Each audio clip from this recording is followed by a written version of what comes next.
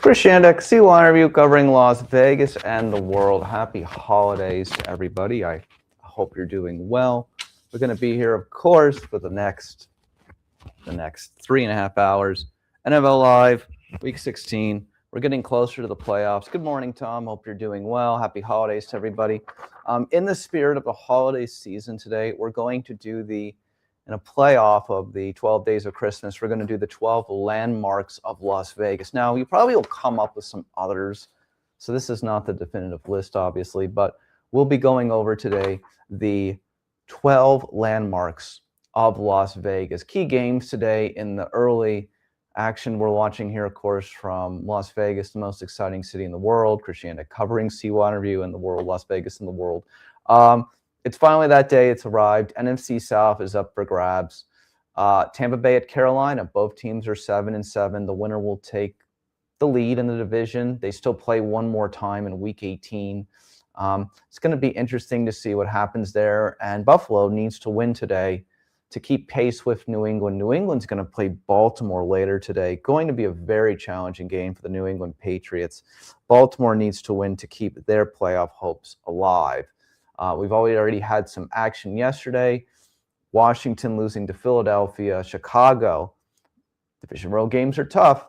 Beat the Green Bay Packers. We'll be here for the next 3.5 hours. We're ready to kick off. Other games, teams are playing for pride today as well. So we'll see how that goes. Miami's playing Cincinnati. Miami out of the playoffs, so are the Bengals. We'll see who's motivated today in Miami.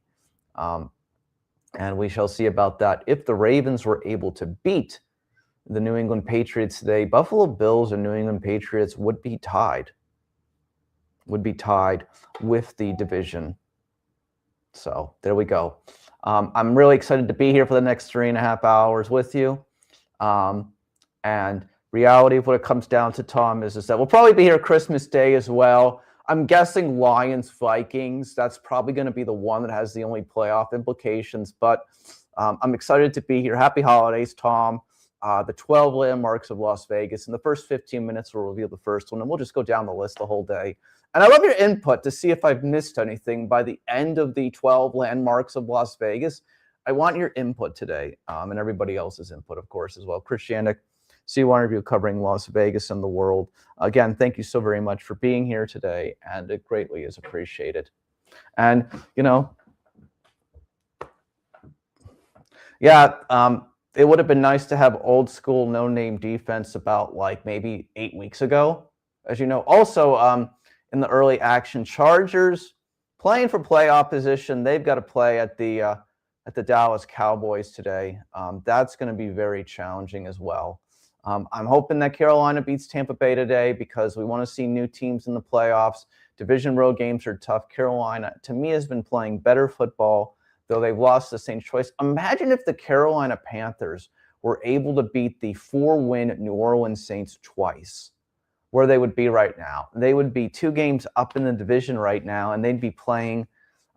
They'd be there. They'd be playing to clinch the division today. Instead, they're tied with the Tampa Bay Buccaneers at 7-7. Isn't that crazy? Isn't that crazy? Completely crazy. Completely crazy. So, Saints and Jets. A couple weeks ago, we thought that Saints and Jets would be playing for the first pick in the NFL draft, but Titans are still up there above them and the Raiders. So one of these teams has a chance to win 5 games today. One of them could win 4, battle of 4 and 3-win teams. Carolina's got a first down already at midfield here. We'll be paying close attention again to Buffalo, Cleveland today. Buffalo needs to win to keep in possession of the AFC East. And additionally, we're going to be keeping an eye on Tampa Bay, Carolina, of course, and the Chargers and the Dallas Cowboys. Those are the ones we're going to be keeping an eye on for sure, So question being told is that the reality is that I get, and welcome GW. GW, of course, is a Miami Dolphins fan, and he wishes that the Miami Dolphins would lose their last 3 games. He hopes they lose their last 3 games. He does not want them to win any of those games because he wants a better draft pick. So, but Miami Dolphins may have other ideas today. So, I think the Dolphins would still be 6-11, top 10 draft picks still. But looking forward to seeing what they do there today against the Bengals. Again, Bengals have played competitive football all year for a 4-win team. Dolphins should be able to move the ball easily on that Bengals defense, so the reality of what it comes down to. So, but that's basically what it is. Carolina's already in the red zone at the 25-yard line against Tampa Bay. Moving up the middle, and it looks like they're going to be inside the 10-yard line. Carolina's just pounding the football down on the Tampa Bay defense early. Buffalo Bills defense, Tom, needs to wake up here. Cleveland Browns, 3 wins already. In the red zone already against the Buffalo Bills here early. That game's in Cleveland. Buffalo, again, needs to win today to keep pace in the AFC East with the New England Patriots. Patriots could very well lose to the Ravens today. That game's later today. Hometown team Las Vegas Raiders are at the Houston Texans. And, of course, the Lions are going to play the Steelers at home. Krishanik, C1 interview covering Las Vegas and the World NFL Live here. We're doing the 12 landmarks of Las Vegas today in spirit of the 12 days of Christmas. We'll reveal the first one in about 10, 15 minutes from now. But yeah, here's what I'm going to tell you in this regard. Bills defense, it's the Browns. It's Shadur Sanders, right? So see what the Cleveland Browns have only had 28 plays the whole season in the red zone. Fewest in the NFL, of course. And the Browns are going to get on the board early with the touchdown pass there.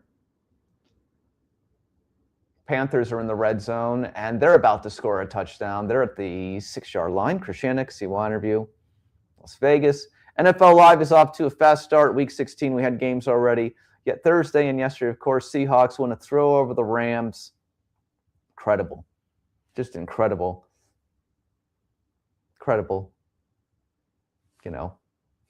They sure do, Tom, but they could probably put 40 up on the Browns today. Jets are in the red zone, too, against the Saints. That game is down in New Orleans today. Saints uniforms are interesting today, Tom. What do you make of those golden jerseys?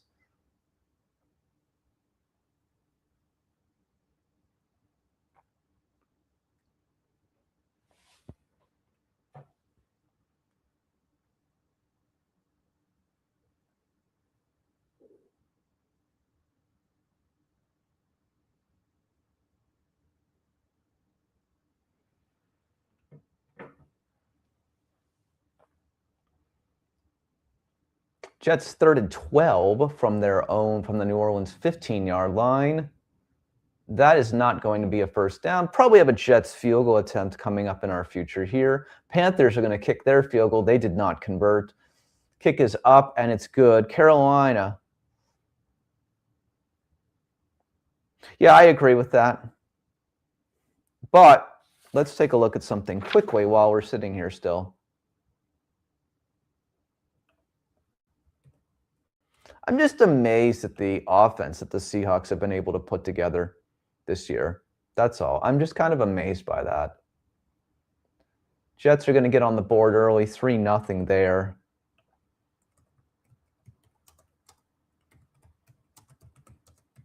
Take a look at something quickly while we're sitting here. We're going to be here for a while today, but we might as well figure this out right now.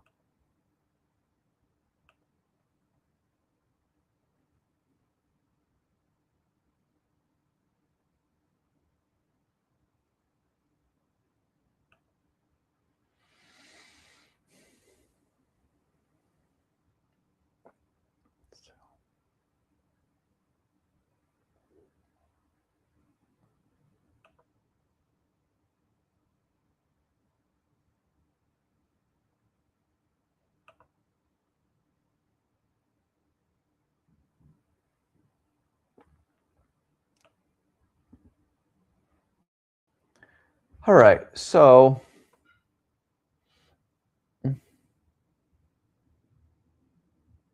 taking a look at this.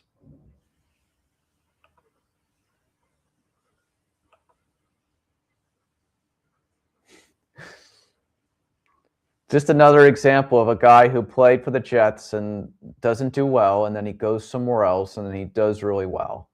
I mean, do we have to go down a list? Geno Smith had a good run for a couple years in Seattle. Sam Darnold's now having a couple good years in Seattle. Aaron Rodgers could possibly take the Steelers to the playoffs. It's kind of like a question mark of why can't the Jets make these quarterbacks work, right? Why can't the Jets make these quarterbacks work? But then they go off to other systems and then they lead the teams to the playoffs, right? So here's my question, Tom. Let's just talk tiebreakers. I don't know if you've looked these up yet or not. Seattle still has to play Carolina, it's at Carolina, so that'll be a tough game, in my opinion. And they have to play at San Francisco. Both potential playoff teams. What are the tiebreaker situations if Seattle and the Rams are tied at the end of the year at the top? What are the scenarios? I'd love to know who wins the tiebreaker at this point.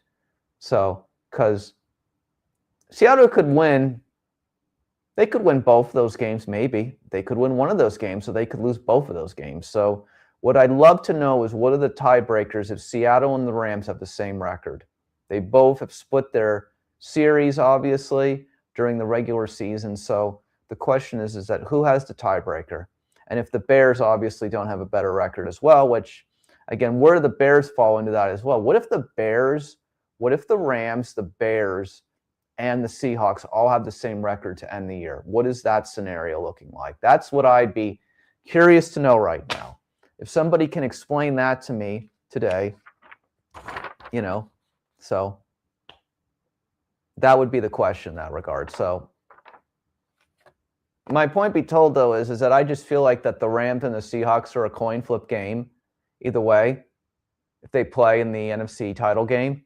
But, of course, obviously, again, I'd rather have the home field. I don't want to have to go up to Seattle. I agree with that 100%. Again, division road games are just beyond challenging. They're just beyond challenging. Absolutely challenging. And, the reality is when you win a division road game, you're doing really well. It's as simple as that. You're doing really well when you win a division road game.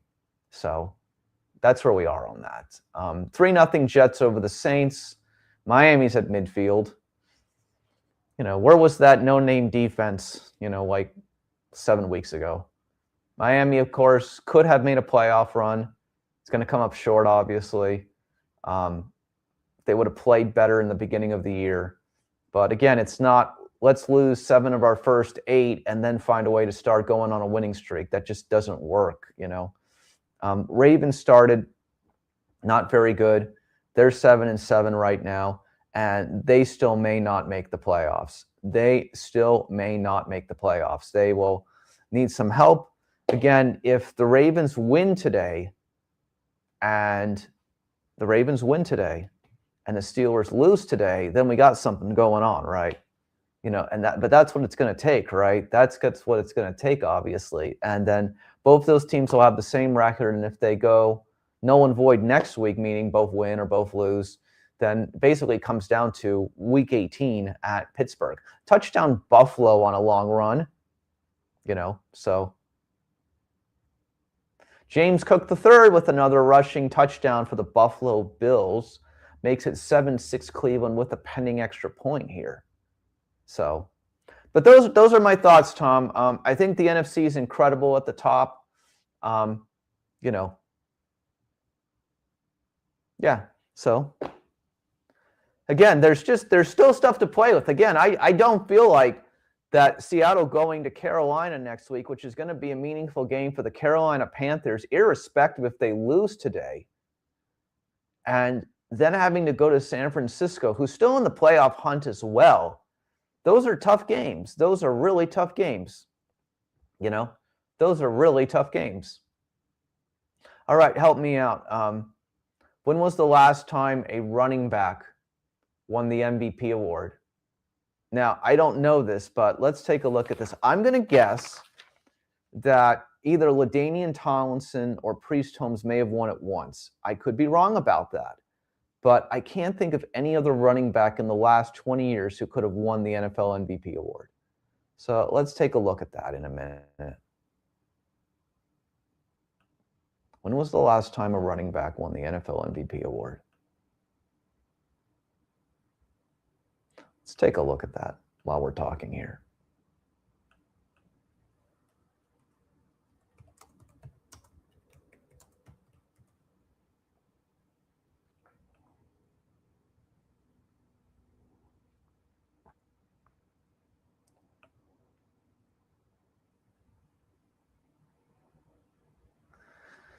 All right.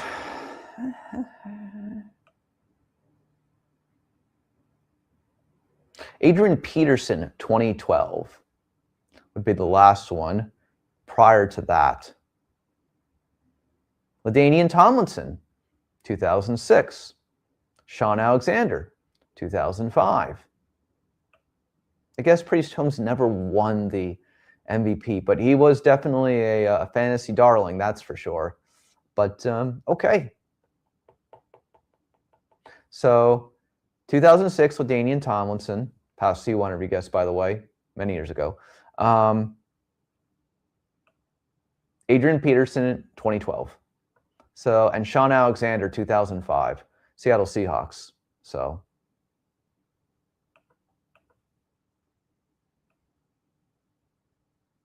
but no, Marshawn Lynch did not win an MVP award. Matt Ryan, 2016, obviously, must have been the year that they went to the Super Bowl, obviously. Lamar Jackson, 2019, Aaron Rodgers, 2020. Prior to those, you have to go back. Let's see. Prior to that, prior to Sean Alexander, you'd have to go back to 1998, Terrell Davis. And then in 1997, which I did not know, but I've just learned, Brett Favre and Barry Sanders shared the NFL MVP award. Did not know that. So, again, running backs not oftenly considered, but I think if the Bills were able to somehow lock up the AFC East and lock up first place, I think it could be a consideration for sure. But that's got to happen first, obviously, as you know. Tampa Bay's in the red zone or close to it against Carolina. 3-0 Carolina early. Battle for first place in the NFC South is on the line today. Christian XC1 interview covering Las Vegas and the world. We're doing NFL live reaction here from Las Vegas, the entertainment capital of the world today.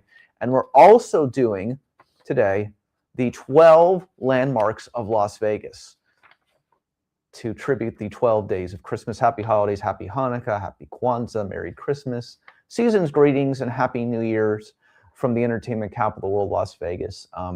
So let's go. Number one. Number one is going to be so obvious that, you know, if it's not on your list of the 12 landmarks of Las Vegas, then you don't know anything about Las Vegas, which I hope you do, obviously, because there's no more exciting place to be in the world. So we'll start with the following. Let me just take a look here. Give me a minute. I want to just get some statistical information here to make sure that I'm always accurate on this.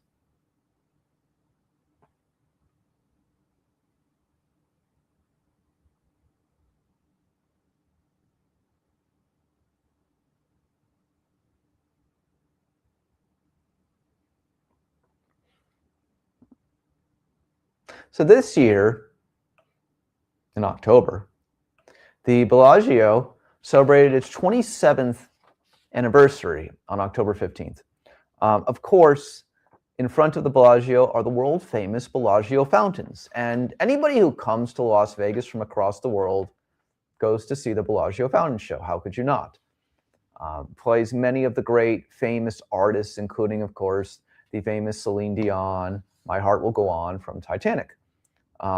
So number one on the 12 landmarks of Las Vegas, of course, is the Bellagio fountains. Touchdown, Tampa Bay Buccaneers. Mike Evans with a touchdown pass from Baker Mayfield makes it 6-3 over the Carolina Panthers.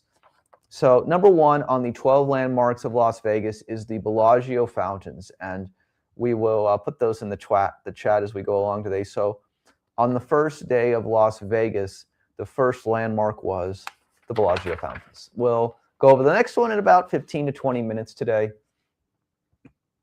Touchdown, Los Angeles Chargers. Quentin Johnston with the touchdown pass from Justin Herbert. Makes it 7-6 with a pending extra point. I don't know what to make of these Dallas Cowboys, right? They go on a winning streak. They lose to Minnesota last week. They're out of the playoffs. Then they come back and they run down the field against the Chargers. It's just kind of incredible what this Dallas Cowboys team has become. Obviously, extra point coming up, be 7-7 in a minute. Kick is up and it's good. 7-7 Chargers and Cowboys. I don't know what to make of this Dallas Cowboys team. I really don't. Again, people are just going to say what they say every year, what they've said for the last decade about the Dallas Cowboys. A lot of potential left on the field, what could have been, but they won't even make the playoffs this year. Bengals are in the red zone against the Miami Dolphins. That's a touchdown pass on 1st and goal. Bengals are still playing tough. T. Higgins with the touchdown catch for the Cincinnati Bengals. 6-0 Bengals and Dolphins, both teams eliminated from the playoffs. Miami was eliminated last week. Touchdown pass for T. Higgins to give the Bengals an early lead there. Giants and Vikings. Again, Vikings, another team, what could have been. Vikings 6-8 on the year. They are not making the playoffs either, but they showed up the last couple of weeks, beating Washington and Dallas, beating the Giants right now 3-0 in the first quarter of play. Titans and Chiefs, no one's really paying attention to the Titans and Chiefs. Chiefs are not going to make the playoffs either, of course. Patrick Mahomes not on the field today. Kind of a sad story about the Chiefs this year. For everybody who is a Bills fan or a Baltimore Ravens fan, they're beyond thrilled, beyond other teams, that the Chiefs will not be making the playoffs this year, obviously. Chiefs playing the 2-win Tennessee Titans today, trying to get some positivity, I guess, at least, to make it to 7-8. Browns 7-7 with the Bills. Bills were able to not hold on 3rd and 12 on the screen. Defense for the Bills still got to find some improvements. Shannon Xewanti recovering Las Vegas of the world. 12 landmarks of Las Vegas today in spirit of the 12 days of Christmas. Number one was the Bellagio fountains. We'll be revealing number two in about another 12 minutes. Bellagio fountains number one on the 12 landmarks of Las Vegas. Cleveland moving the ball a little bit here today. Tom, what's the latest on the Buffalo Bills defense? Are you getting any players back before the end of the year? What is the latest on the Bills defense today, in your opinion? Like, where are we? As the Bills obviously going to make the playoffs, could win the AFC East, could end up in first place, could have home field throughout still. But where are we on the Buffalo Bills defense as far as injuries go and the ability to get ready for the playoffs? What are your thoughts? I'd love to hear that.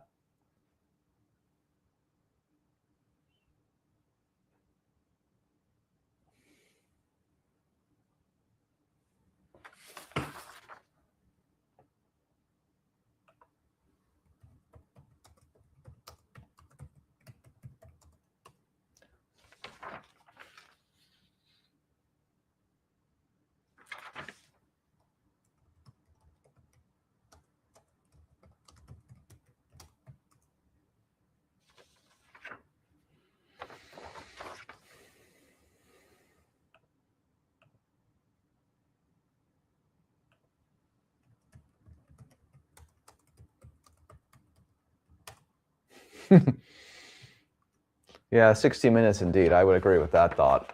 Got to play 60 minutes for sure. I'm with you on that. Absolutely with you on that.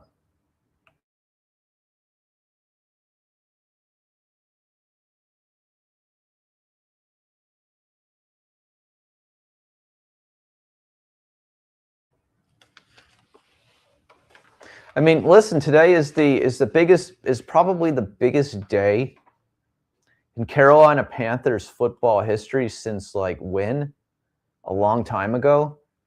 And if they're able to win today against the Buccaneers, I mean, that is unbelievably. That is, again, I know we talk about, I know we talk about how good, we've talked about how impressive New England's been this year, but I mean, if Carolina makes the playoffs and wins the division, I mean, that's just incredible.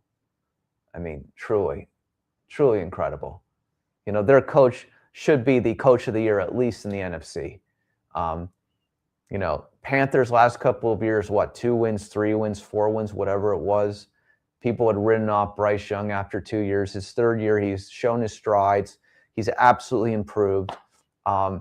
If the Panthers are able to win today, if the Panthers are able to win today,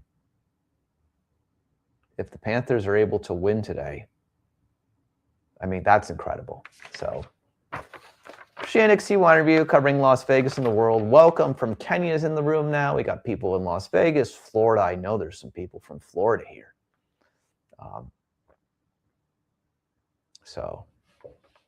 But yeah, there we go.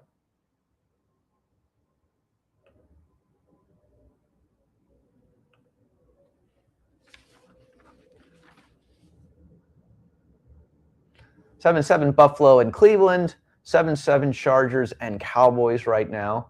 Dallas is at midfield. I just don't know what to make of this Cowboys team, Tom. It's just such a hot and cold Jekyll and Hyde team, honestly. They beat the Chargers today. It's just like, where was that all year? Where was that? I say the same thing about the Dolphins. Like, Dolphins improved over the last 5 weeks. Like, where was that the whole year? So where was that? And Dolphins are about to score a touchdown, obviously, as I say that. Of course, we know who that is. Devon Achane with the touchdown. Achane with the touchdown. One of the bright spots, Dolphins' running game this year has been very positive, no less. Very positive. Dolphins' running game has been very positive. If you wanted to look at an area where the Dolphins have been good this year, it's been the running game, which, historically, post Ricky Williams hasn't really been there. So that's one thing you have to say about the Miami Dolphins is that there's been some run game this year. Kick is up and good. 7-7 Miami and Cincinnati right now in the first quarter. Carolina's at midfield, down 7-3 here. So we'll put that in the chat. Miami 7, Cincinnati 7.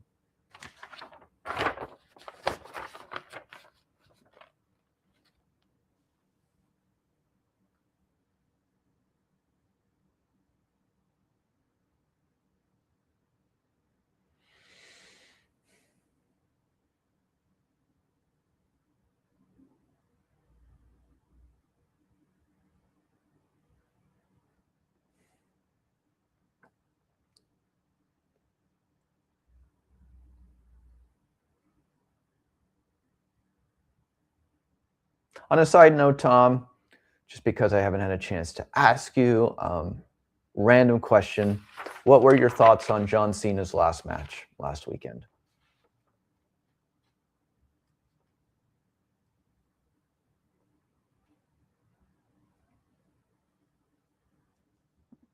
Dallas is at the 20-yard line.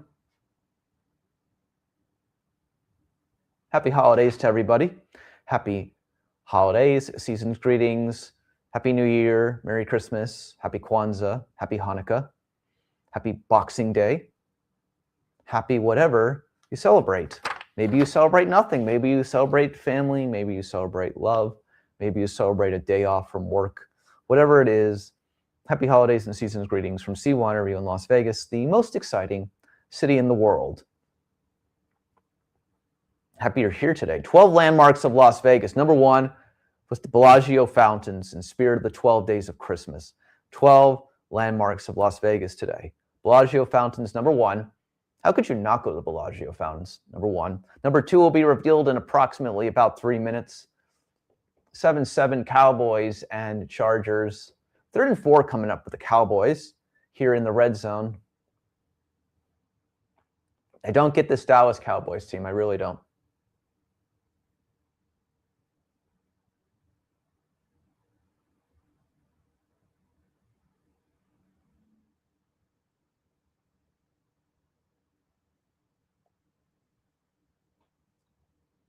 I just have to tell you that John Cena merchandise, Tom, is so crazy. I don't think we've seen anything like it since like the Hulk Hogan merchandise era or the Rock era or the Stone Cold era. I can't keep track of all of the different John Cena action figures and T-shirts and special caps and autograph posters and all these kinds of things. It's absolutely crazy the amount of John Cena stuff that's out there. I just have to tell you on a side note. I cannot keep track of any of it.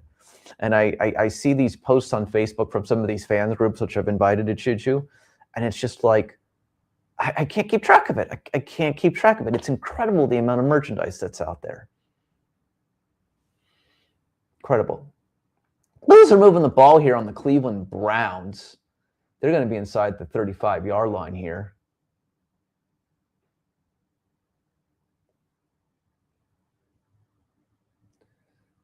Three Jets and Saints. The Jets are 3-1 on the season. The New Orleans Saints are 4-10. The winner of this game will continue to ruin their NFL draft pick position. But coaches and players are playing for jobs, rosters, future contracts, and salaries. So it's nice to see that both these teams are playing to win today, it feels like. Most of these teams, 3 weeks left in the NFL season, want to show something. Some of these players are obviously going to go to different teams.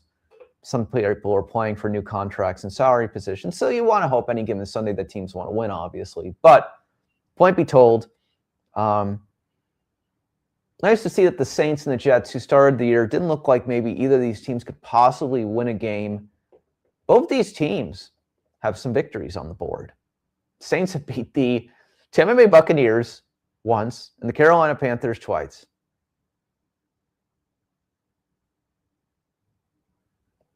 Thanks for the statistic. I did not know that. That's incredible. $10 million in merchandise royalties. I'd love to know what the royalties were like for someone like Stone Cold or obviously Hogan back in the day. I'd love to know those numbers. Those would be interesting numbers to know. Absolutely interesting numbers to know. 10th quarter coming up, 7-7 Cowboys and Chargers. Chargers need to win. They need to keep winning, obviously. Let's take a look while we're sitting here. AFC playoff picture discussion while the games are going on today. AFC playoff discussion. Let's see.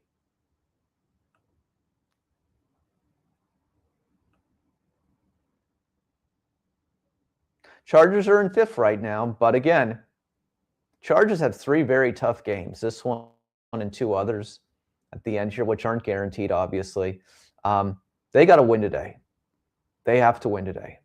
They don't win, I'm worried about the Chargers. Texans are going to beat the Raiders today, so,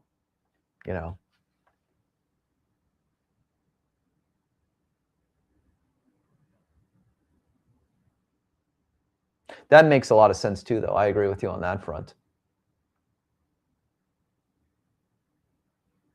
There was less of that stuff back in the day.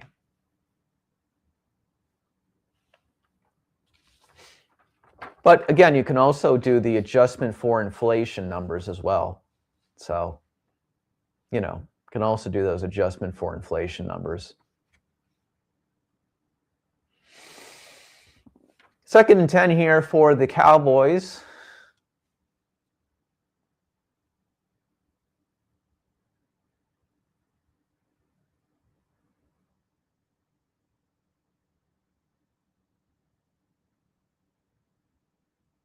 Cowboys are going to be inside the 5-yard line. All right. Time to do the second landmark of Las Vegas. So back in 1951, there was a place called the Pioneer Club. Some of you know it, some of you don't. But the symbol the casino landmark, logo, likeness, whatever you want to call it, of course, was the famous cowboy Vegas Vic. And Vegas Vic is still in existence. He is on the Fremont Street Experience. He still lights up most of the time. And, he's an early symbol and representation of the history of Las Vegas. And here are a couple, we're going to look these up. Here are a couple facts about Las Vegas, the famous light up cowboy sign. I'm so happy that he is still on the Fremont Street Experience. He's a memory of the past, obviously. He was outside 1951. He's been there, in downtown Las Vegas for, 74 plus years. It'll be 75 years next year. Can you believe that?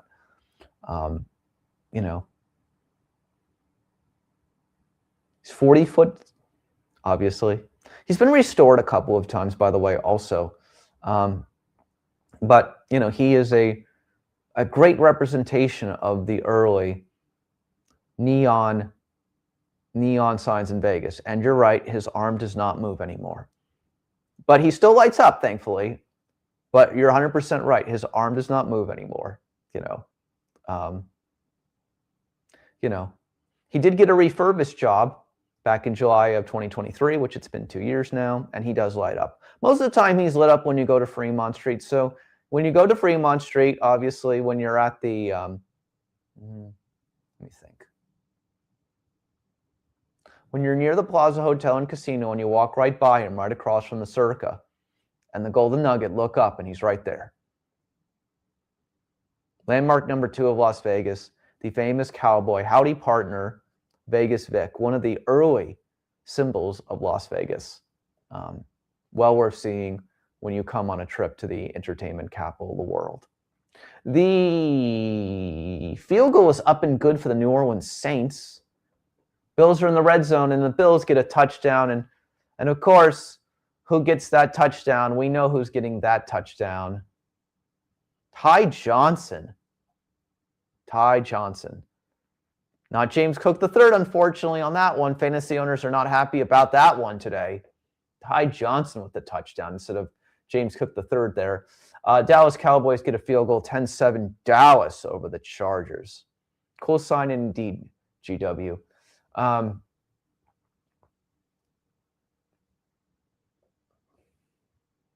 Carolina Panthers again, to me, best story in football this year. Can they find a way today to beat the Tampa Bay Buccaneers? I hope they do. Nobody thought that the Panthers would be anything again, I think, this year. But Bryce Young has showed up. And this is why you need to be patient sometimes with NFL quarterbacks. And, you draft these top quarterbacks and you just think that after a couple of years, well, they're a bust or they're no good. And, look at what's going on, right? And people could have said that as well. Yes, Gabe, that is not on the landmark list, but the Heart Attack Grill and their scale is fun and their food is interesting. And I say this, enjoy the food. Don't eat anything before going there. On that day you go, and you will stuff yourself. Absolutely. And you'll walk out of there alive. And if you walk out of there alive, which most people do, thank God, you'll be victorious. So yes, the Heart Attack Grill, absolutely. Heart Attack Grill, so.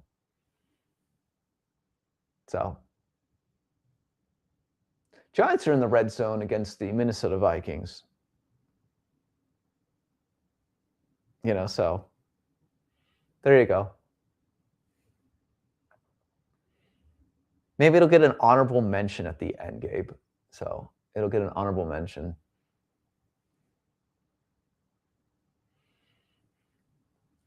Second and 10 for the Giants inside the red zone here. 3-0 Vikings early on.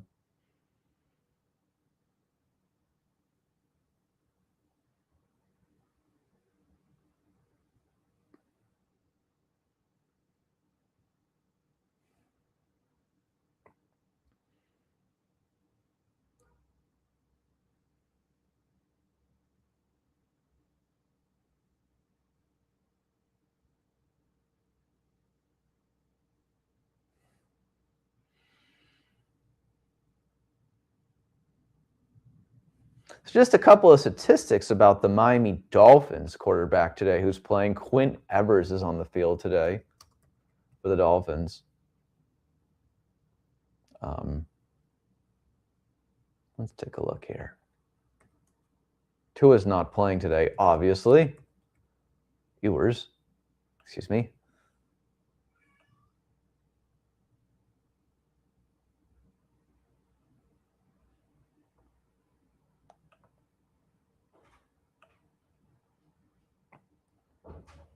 So, of course, Quinn Ewers played for Texas and Ohio State. Big name schools. But here's a fun fact. Here's a fun fact for those of us. Let me just take a look.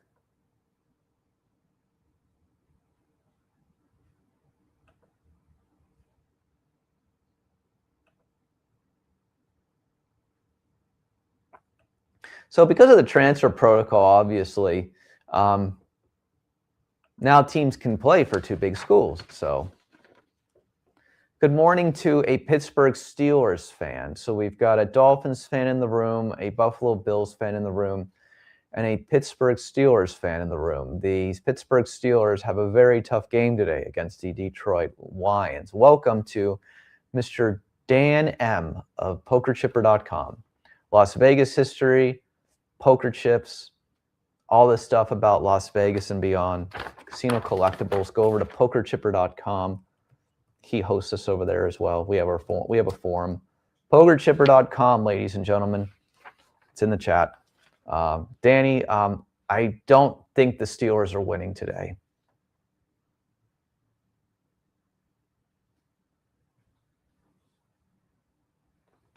Yeah, here's my response to you. It's Wisconsin. Stay warm. Don't fall down, of course, obviously. Going to be a tough game.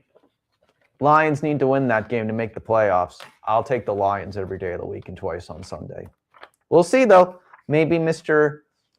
A-Rod can impress again and surprise me again one more time. We'll see. So, be safe, sir. Have fun. Report back final scores. We like final scores here. So, thanks for joining us today, as always. And again, go over to PokerChipper.com. Join his forum. There's a lot of fun discussion over there about a lot of Las Vegas stuff and fun stuff. So go over there. A lot of interesting stories. Field goal is up and good, but there's a penalty flag in the Tampa Bay Carolina game.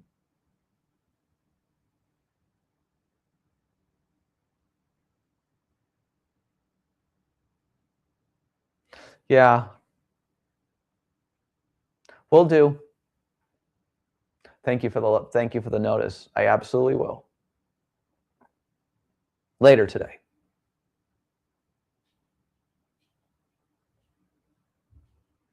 Happy holidays, Danny.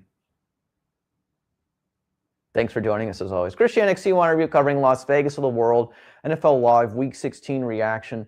The 12 landmarks of Las Vegas today, too, in the spirit of the 12 days of Christmas. Number 1 was the Bellagio Fountains. Number 2 was Vegas Vic. Number 3 will be revealed in approximately about 5 to 10 minutes.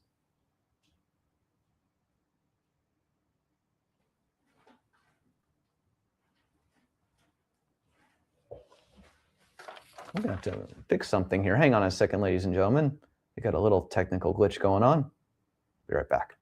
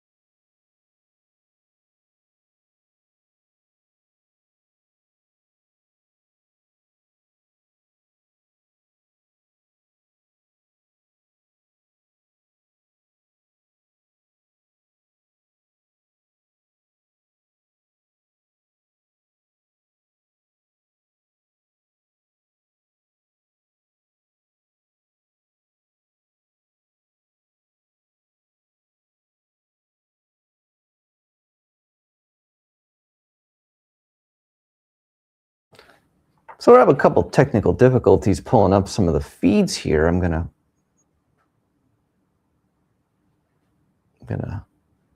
do something else here instead so I can get that back on the screen.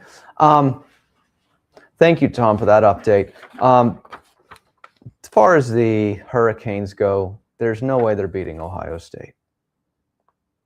I'm disappointed in TAMU's performance, but unfortunately, I feel like TAMU limped into the playoffs after the loss to Texas. And, you know, great defensive effort by Miami, though. I mean, Miami's not going to beat Ohio State scoring 10 points, though. And Tom will agree with that one.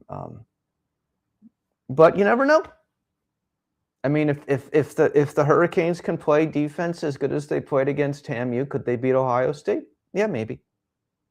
I'll give you that. I could see that happening, sure.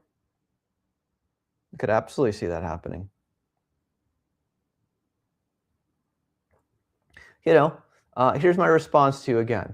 The reason Miami has to play Ohio State in the second round is because they lost to Southern Methodist and Louisville.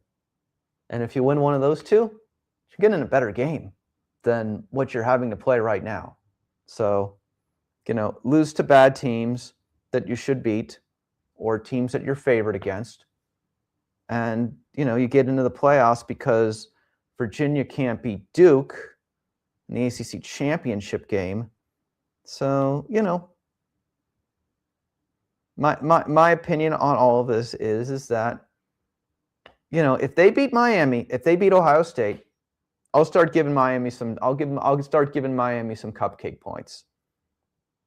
You know, I'll give them some cupcake points. If they can beat, again, if they can beat Ohio State, I'll start giving Miami some. I'll start giving them some credit. But got to beat Miami. Got to beat Ohio State first. You know.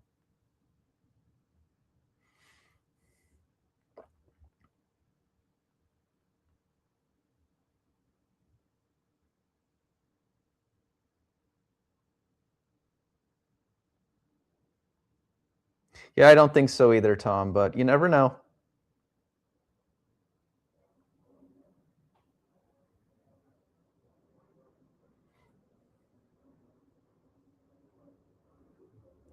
I'm doing a backup thing here, ladies and gentlemen.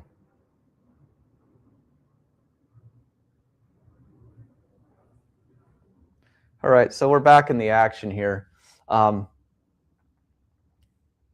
some reason, our big screen is not working, so we're watching now here on the little screen, which I'll be holding in front of you. You won't see that, but so 13-7, Buffalo against Cleveland.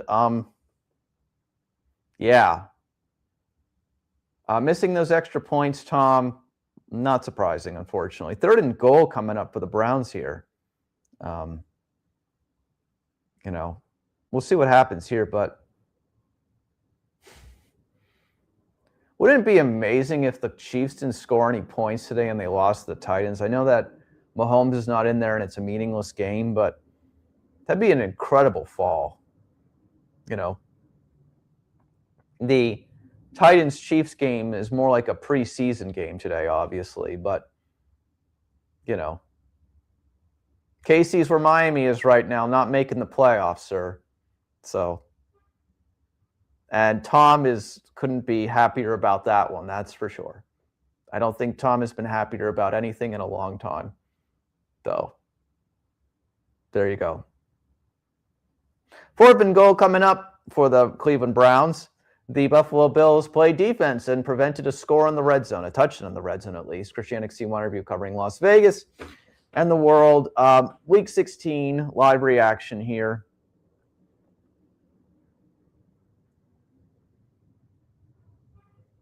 I guess they're going to go try to stitch that one up, Tom.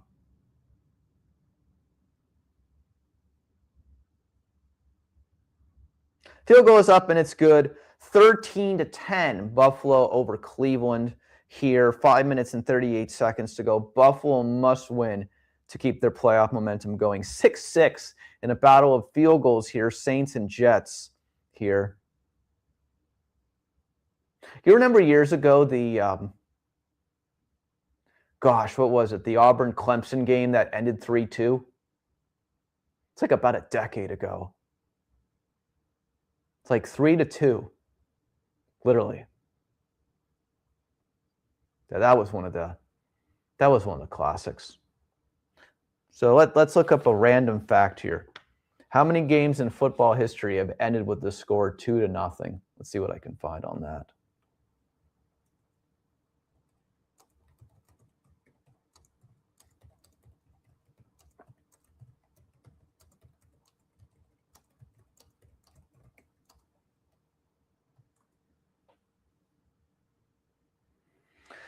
So here's what's unbelievable. I would have never guessed this many games, but here we go. In the history of the NFL, 5 games have ended with the score of 2-0, with the last one occurring back in 1938, making it an extremely rare outcome that hasn't happened in professional football for many decades, according to ProFootballReference.com. So that would be, if my math is correct, if the score ended 2-0 today, that would be the first time in 87 years that would have happened, Tom. So obviously back in the day, yeah. Bengals get a boink kick for a field goal. That's 10-7 now, Cincinnati over Miami. Put that in the chat. What a boink kick. There've been so many boinks this year. Boinks and doinks.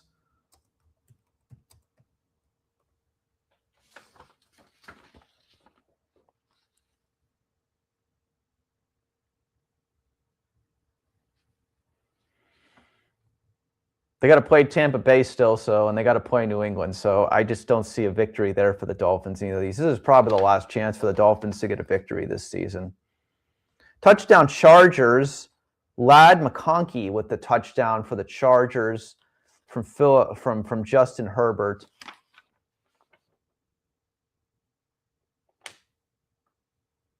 (14-10) Chargers now over the Cowboys. Cowboys now have the ball at the 38-yard line.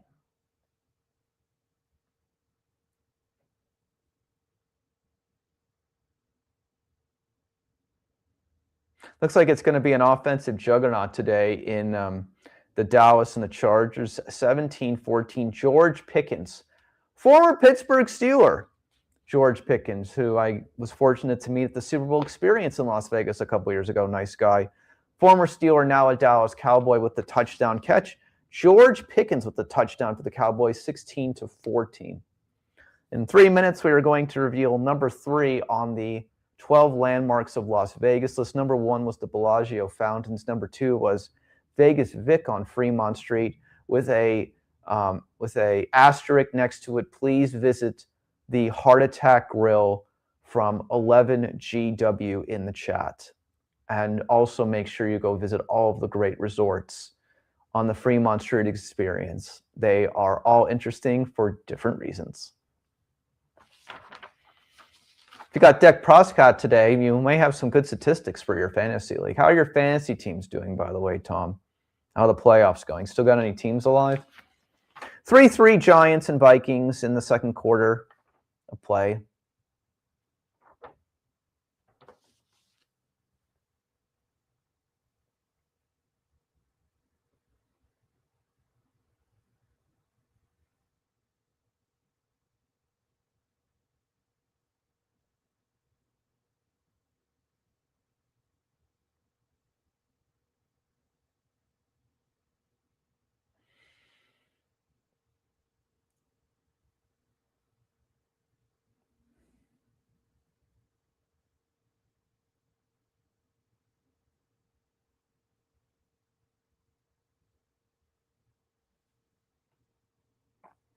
Let's close that.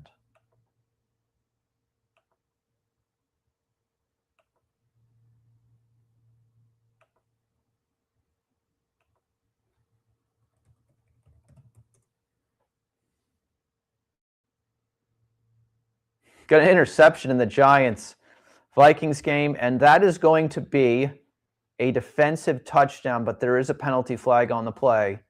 So if this is on the Giants, there could be a block in the back on the way back. Let's see what the penalty flag is here. if you got the New York Giants defense right now, I can't imagine many of you do. There's probably about 5 of you in the world. That's going to be a penalty flag on the Giants. That is not counting. Wow. That is not counting.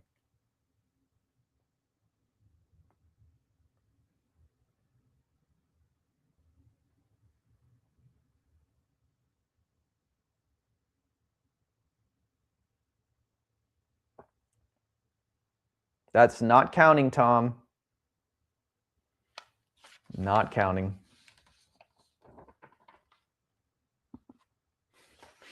And that is the difference between a team with 2 victories and a team with 8, 9, or 10 victories right there. That is the difference right there, ladies and gentlemen. Teams who have 8, 9, and 10 victories, that stuff does not happen to. That happens to teams who have 2 victories. Third and goal for the Vikings after the offsides penalty. Those are the things that happen to teams with 2 victories. After all that good effort, it's all for nothing, basically. Giants will sack JJ there on that 4th and goal. So field goal attempt probably coming up for the Vikings.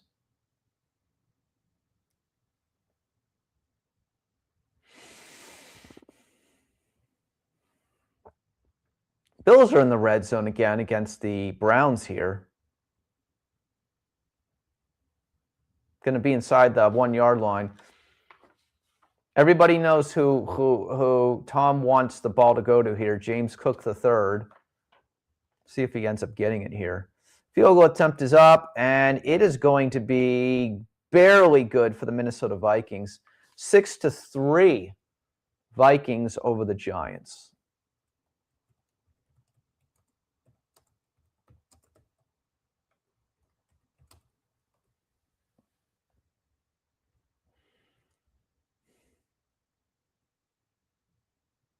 And James Cook III does get the touchdown. That's his 2nd of the day. Fantasy owners are very mad that he does not have 3 rushing touchdowns right now. But James Cook with another rushing touchdown. That's his 2nd of the day.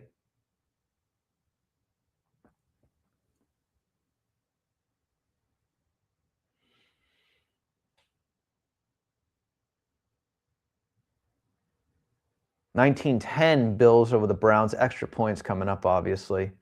Getting closer to the half. 5 minutes left in Carolina before the half. 10-3 Tampa Bay and Carolina right now. Carolina with the sack. They're going to get the ball back here. Carolina really needs to tie this one up before the half. Again, when can you mention a game that was bigger for the Carolina Panthers than this one? It's been a while. It's been absolutely a while. NFC South, I always say the NFC South in the balance here. 7-7, battle of those. Again, the only one that's going to make the playoffs is the winner from that division. First place is on the line today. Go Carolina Panthers. Find a way.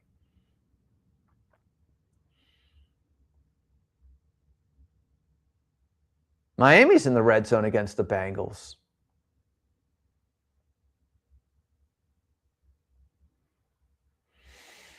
Inside the 9-yard line here.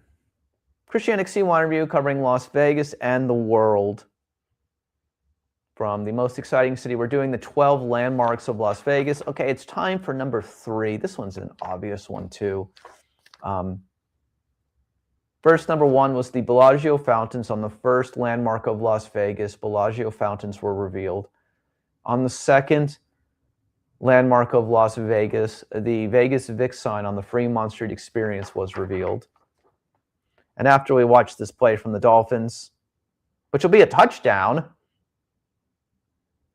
and again, running game working for the Miami Dolphins, but this time it was a reverse to wide receiver Malik Washington with a rushing touchdown. 13-10 Miami over the Bengals. Malik Washington with the touchdown for the Dolphins. The third day of Las Vegas, of course, it's got to be the The top of the Stratosphere Hotel, Casino, and Tower observation deck from the north end of the Las Vegas Strip. The Stratosphere, obviously, you know, the view of the Las Vegas Strip is pretty incredible. You can go up there for about $20. It's probably one of the most affordable things to do as far as a Las Vegas attraction goes.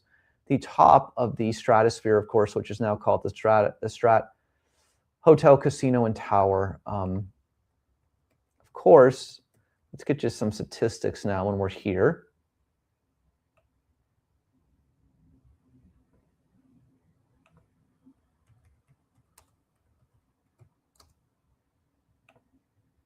Get you some statistics.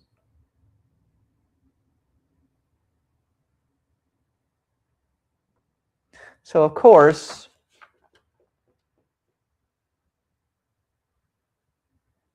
it is the second tallest observation tower in the Western Hemisphere.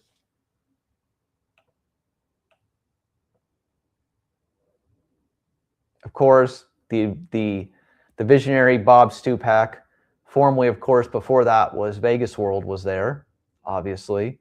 Then the Strat came. You know, there you go.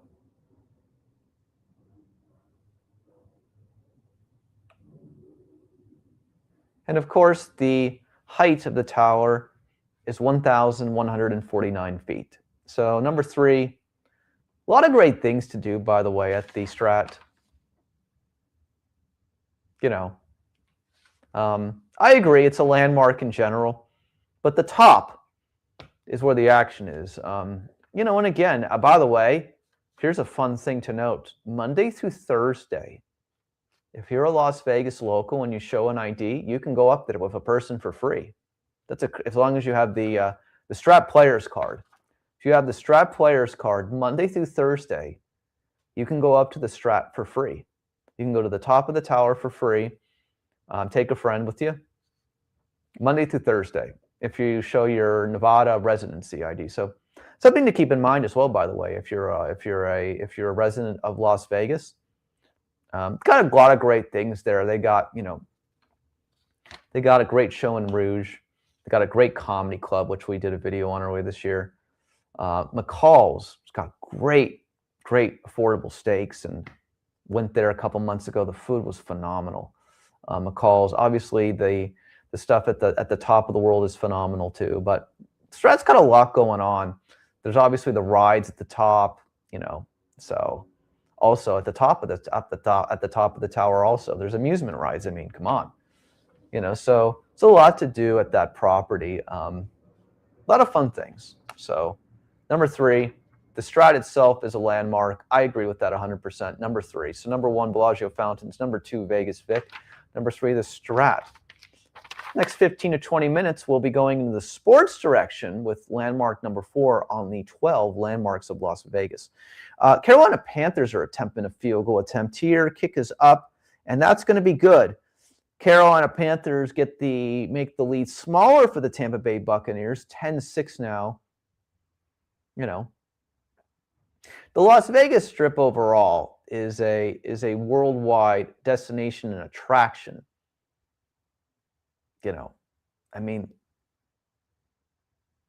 it's a good question, but I think we're talking about individual things within a area. I think the Las Vegas Strip and the Fremont Street experience overall is a worldwide attraction.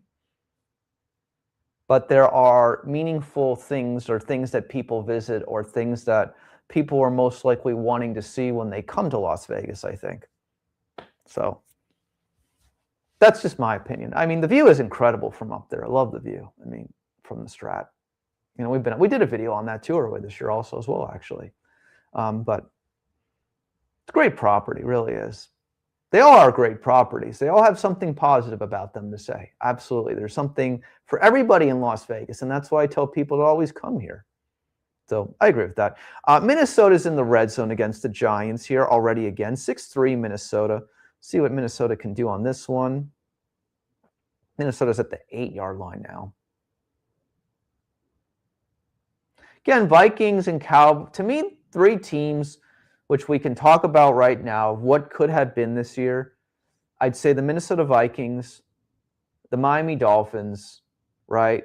Those teams and the Dallas Cowboys, all going to miss the playoffs, but they all could have had better seasons. They all could have had better seasons. Those are the three where I just say, like, what happened? What happened? What happened? What happened? What happened? What happened? What happened? You know, so the only thing I can say about the Vikings is they play in a very tough division, which might get 3 teams into the playoffs, potentially. That's what I can say about that. You know, Packers going to make the playoffs. The Bears probably going to make the playoffs, obviously. So, did the Bears clinch yet? I'm sorry. Let me check that. I apologize if I'm wrong about that. Yeah, Bears haven't clinched the playoff spot yet. That's how ridiculous the NFC is. That's how ridiculous the NFC is that the Chicago Bears have 11 wins and they only have 2 games left and they haven't clinched a playoff spot. That is how competitive the NFC is. So, again, Bears most likely to make the playoffs, right? Packers most likely to make the playoffs. Lions can make the playoffs too. So, the Vikings, I can understand why they aren't going to make the playoffs because someone's got to be not great in that division. Not everyone can be great. But, yeah, I mean, tough division.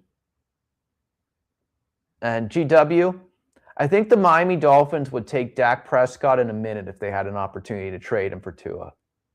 I sure would. I'd absolutely take Dak Prescott over Tua any day of the week and twice on Sunday. My opinion. Just my humble opinion. So, you know, at this point, you know, so. Okay, so here's the question. Are the Dolphins done with Tua? And are they going to draft a franchise quarterback next year? Opinions? Or are we going to try to improve the offensive line or the defensive line? Like, I know you always like to. I know you're more about the strategy players on the field more than the high offensive players. You know, are we done with Tua? Okay. Well, I guess it'll be interesting to see what the Dolphins do next year. A quarterback. I'm guessing he's not starting today because they want to see if there's any potential value for him. They don't want him to get hurt, and they don't want him to get hurt for these meaningless games. If I had to guess, that is probably why he's not playing will probably not be playing these last 3 weeks. So, which makes sense, by the way, obviously. You want to protect your value if you're a correct organization, and why get this guy hurt when there's just nothing to play for, right?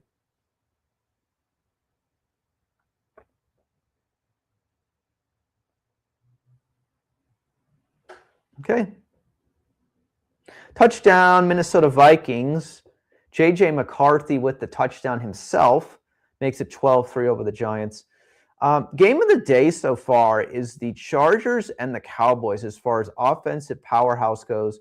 It looks like, and I emphasize looks like, the Chargers are going to at least tie it. Wow, what a catch. I have to tell you, was it a catch? Or was it incomplete? No, it was incomplete. Man, that would have been a catch in the Saints-Jets game. If you look at the replay in that Jets-Saints game, if that would have been a touchdown, that would have been unbelievable over a couple of defenders. Extra point is up and good. We got Minnesota 13, New York Giants 3. We'll put that in the chat.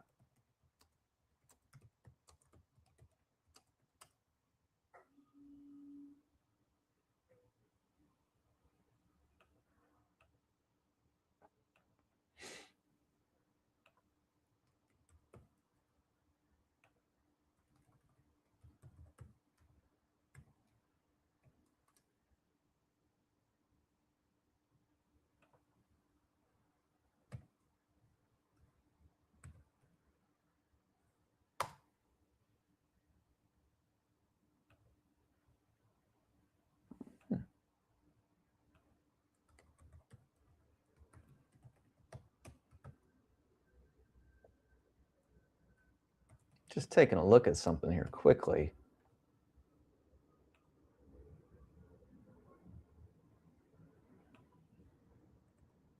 I love when that doesn't work. Sorry about that, ladies and gentlemen. Okay, we're here.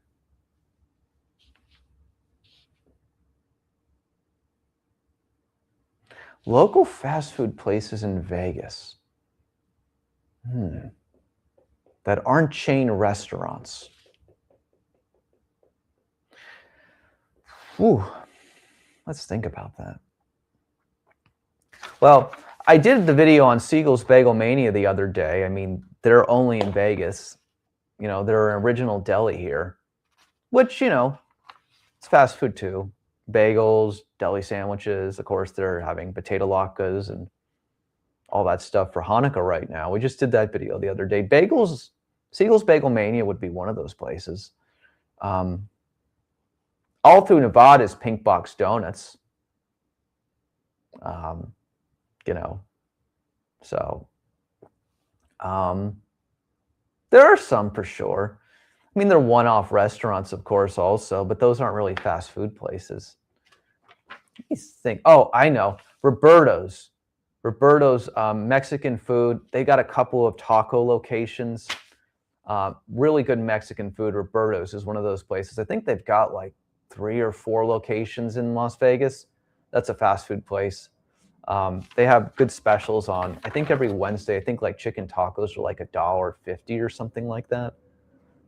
So Roberto's for sure, Siegel's Bagel Mania, Pink Box Donuts. There's some others, but absolutely 100%.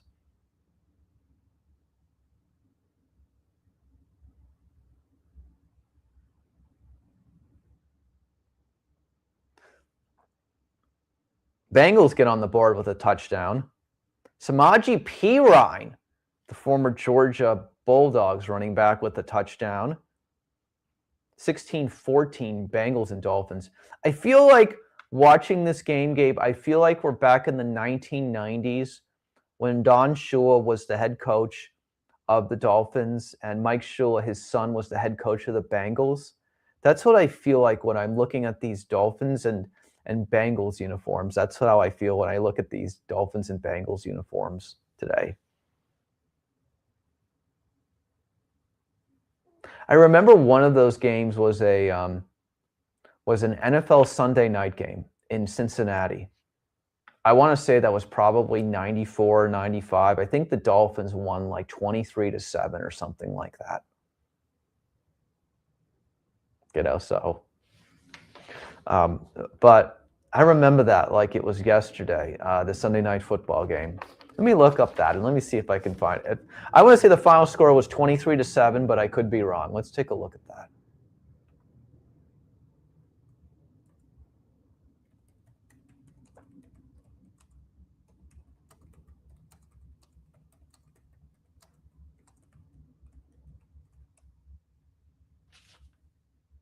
Yep, it was 23-7. That was the first time ever that a head coach and a father-son head coaching game ever happened in the NFL. 23-7, Miami over Cincinnati. And then if you remember, 94 was it was 94 and 95. And if you remember 95, I don't know if you remember the 95 game, Miami was down 23-19, like in the last minute, and they scored a last-second touchdown and won like 26-23. No, that was like 30 years ago. That was when all of the Sunday night NFL games were on ESPN. But if you were in the local markets, meaning Miami or Cincinnati, and you did not have cable, they would actually put the game on your regular standard broadcast so you could watch your hometown team or watch the team that was playing. So if you didn't have cable back then, you got it, I think, on ABC was what it was. So that was pretty crazy. But that's what happened. So Miami won that game 23-7 against Don Shula versus Dave Shula. Is it? Mike Shula, excuse me.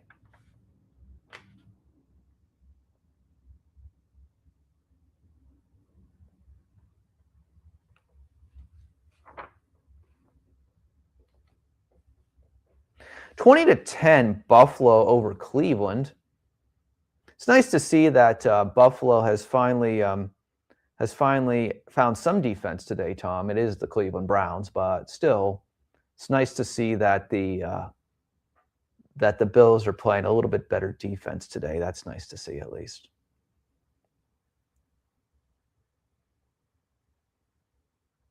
All right, let's go to number 4. 12 landmarks of Las Vegas. Bellagio Fountains, number 1. Vegas Vic, number 2. I'll go with Tom. The Stratosphere overall, number 3. Strat Hotel Casino and Towers. Its correct name today, or most recent name. Number 4, Allegiant Stadium. How could Allegiant Stadium not be on the list of the 12 landmarks of Las Vegas? The home of the Las Vegas Raiders hosted the Super Bowl already, WrestleMania, major concerts for the likes of Beyonce, Taylor Swift, Guns N' Roses. That entertainment venue alone has added so much right adjacent to the Las Vegas Strip next to Mandalay Bay. Allegiant Stadium, number 4 on the 12 landmarks of Las Vegas. Just an unbelievable entertainment complex. Again, in April, it'll host WrestleMania again for the second year in a row. WrestleMania 42, 18th, 19th, I believe. Entertainment capital of the world, second year in a row. But lots of great things beyond football that take place every year in Allegiant Stadium. 60,000 plus there. Great venue. By the way, I think it's the first NFL stadium that runs solely on renewable energy as well. So on the 12 landmarks of Las Vegas, Allegiant Stadium, number 4. So that one was pretty easy. You can actually take a tour of the facility too, by the way, I believe. So, and I believe it is, for the NFL, the most expensive ticket still in the NFL. I think it's the most expensive ticket. Yep, you're right. I forgot about that too, Tom. They did hold SummerSlam there too. I appreciate you mentioning that. I completely forgot about that. I can't believe that's already been like 4 years. I can't believe it's already been 4 years since that. That seems like it was like 2 years ago. So I can't believe that was 4 years ago. So thank you for reminding me of that as well. Carolina's inside the 30-yard line here.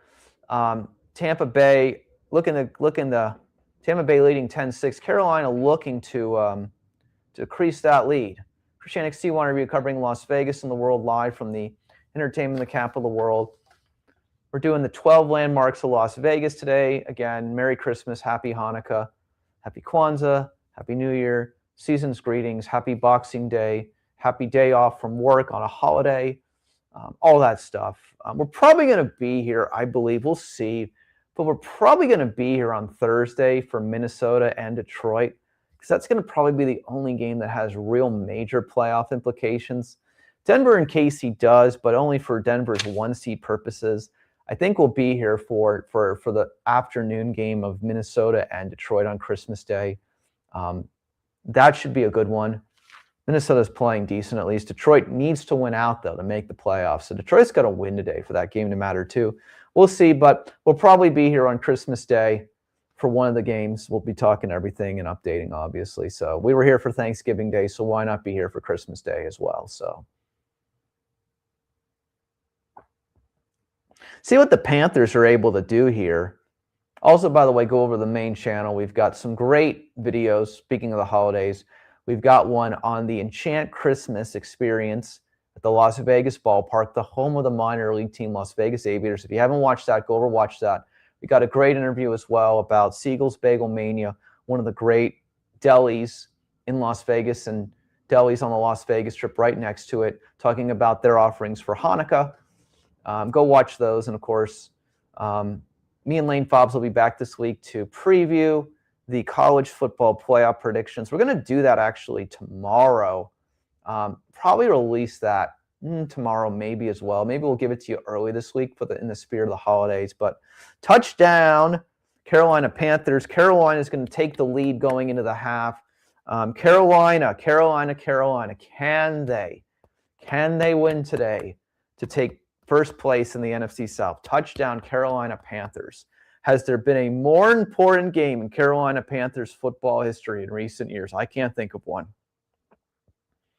Cleveland Browns are on the field attempting that field goal attempt, and they're going to not be able to get it. They botched the snap there. I don't know what the hell they were doing there. They threw the ball to the side of the field, and that is why they're the Cleveland Browns, I guess, ladies and gentlemen. That was terrible. That was terrible. 20-10, Buffalo over Cleveland at the half. 9-3, Tennessee over Kansas City right now. That was terrible. I don't know what the Browns, but that's why they're the Cleveland Browns. I mean, what do you usually say, Tom, about the Cleveland Browns? What do you usually say? You've got a saying for them? That's basically what happened there on that one. 9-6 Saints and Jets right now.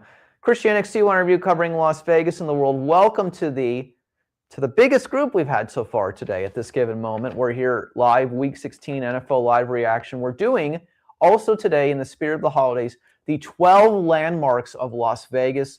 Number 1, Bellagio Fountains. Number 2, Vegas Vic, the famous sign from 1951. He's still on the Fremont Street. Asterisk, honorable mention to the Heart Attack Grill from GW, a Miami Dolphins fan. That's also on the Fremont Street.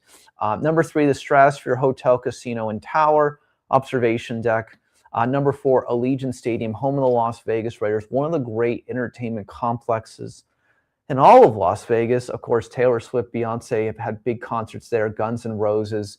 WrestleMania was there this year. It'll be there again next year. Has had SummerSlam as well.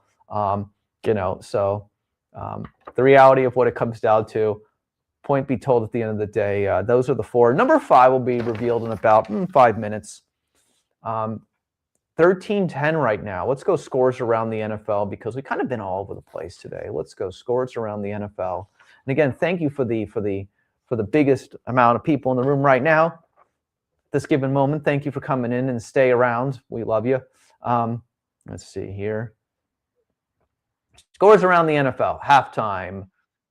17-9, 14, 13-10, Vikings and Giants. 13-10, Panthers over the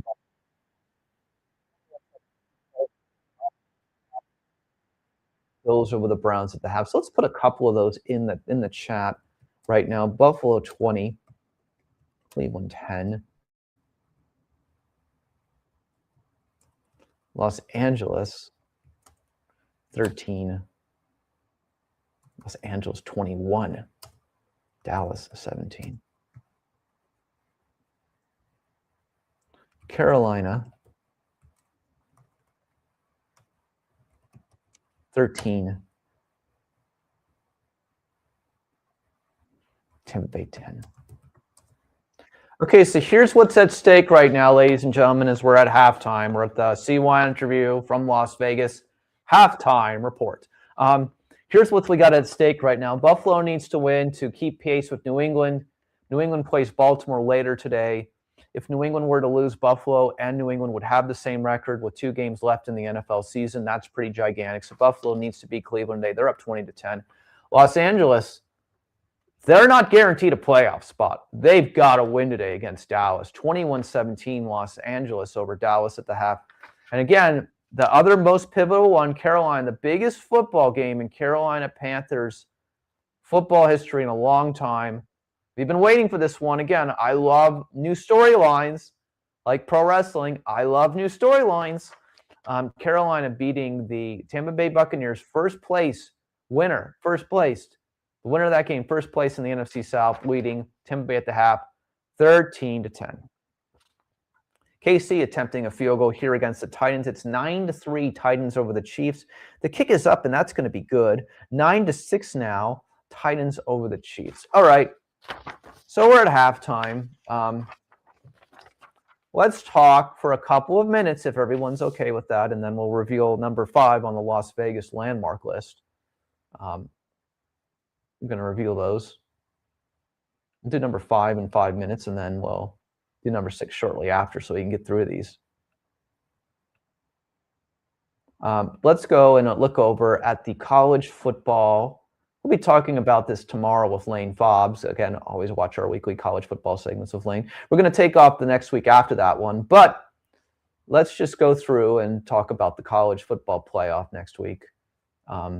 We've already talked about Miami and Ohio State, but let's just go down the list. Thursday, January 1st, by the way, for these games. Yeah. And of course, Wednesday. Miami and Ohio State's on Wednesday, and then Thursday, January 1st. So Miami gets to play Ohio State on New Year's Eve at 4:30. So that's first off. Oregon, Texas Tech. My opinion on that is what a high-scoring affair that's going to be. What a high-scoring affair that's going to be. I don't think anybody expected Oregon or Texas Tech to be in the Final Four. The winner of this game will end up in the Final Four. I think Texas Tech, based off of getting that bye, I like that. Total's only 52.5 in that game, surprisingly, but I think it'll be an offensive juggernaut. I'll take Texas Tech. Oregon gave up a lot of points to James Madison yesterday. Score in that game was 51-34. James Madison scored 34 against Oregon. So what can Texas Tech's great offense do against Oregon? Well, I like Texas Tech. Alabama, Indiana. I'm sorry. I don't understand how Indiana is that big of a favorite. That's just my opinion. Again, this is the whole point. This Indiana-Alabama game is the following. If Alabama historically is as good as they are, they'll keep this one close and they might even win. If Indiana beats Alabama, maybe there's a new generation of football. Big Ten maybe taking a step forward, SEC taking a step backward, maybe. I don't know about that. And Ole Miss, Georgia, give me Georgia. Ole Miss doesn't have Lane Kiffin. Not going to happen. Georgia gets through based on default. Georgia beats Ole Miss at Georgia. Give me Georgia. Kirby Smart, a lot of history there, knows how to win these games. Alabama, Indiana, to me, most interesting game of the second round. I don't think Alabama is that much of an underdog against Indiana. I can't see it being that far narrow wide. Yeah, give me a close game. Alabama, Indiana, give me a close game. I think Alabama can win though. Later today in the NFL, Detroit, Pittsburgh. Detroit will beat Pittsburgh today. Baltimore, New England. Baltimore, New England to me is how good is New England? How good is New England? Baltimore beats New England today, which they very well could. 2 losses in a row for the Patriots in 2 weeks. Not very good, even if you lose to 2 playoff teams. Denver, sitting there quietly. Could Denver be the 1 seed? It's more possible than it was a couple weeks ago. Last point, Houston against the Raiders. Houston, again, to me, the best story in the NFL as far as going from 0-4 to 9-5. I mean, the Texans were 0-4 to start the year. They have won 8 of their last 9. Today, they could win 9 of their last 10 if they beat the Raiders today. See if maybe the Raiders can pull off a miraculous 3rd win of the year. We'll see. Those are my thoughts, and I'm sticking to it. So, yeah.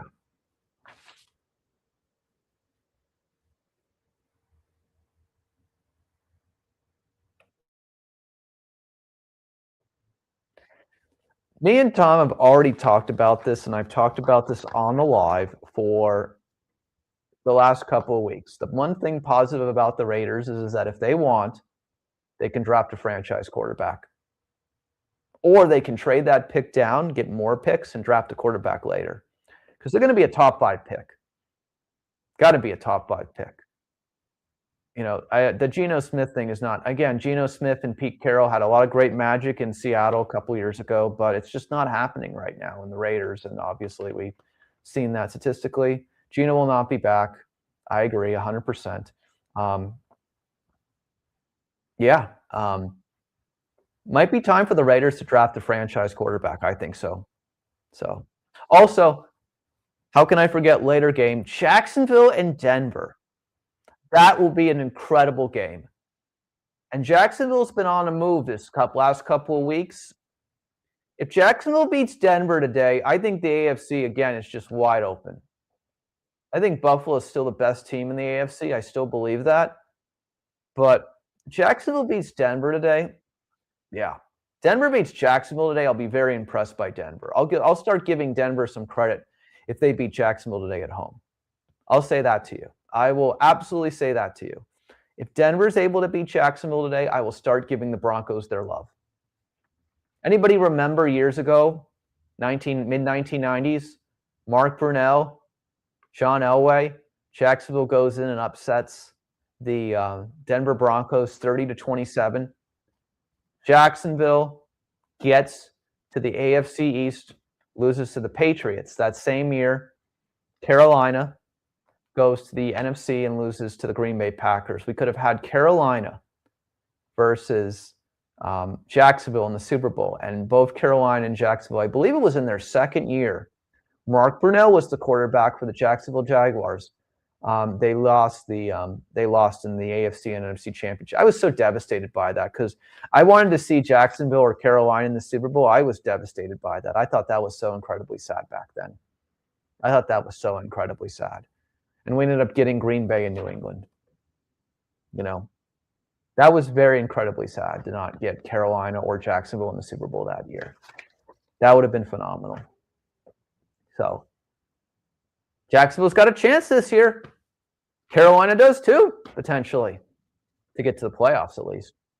Can Carolina get to the Super Bowl? Probably not, but can they get to the playoffs? Absolutely.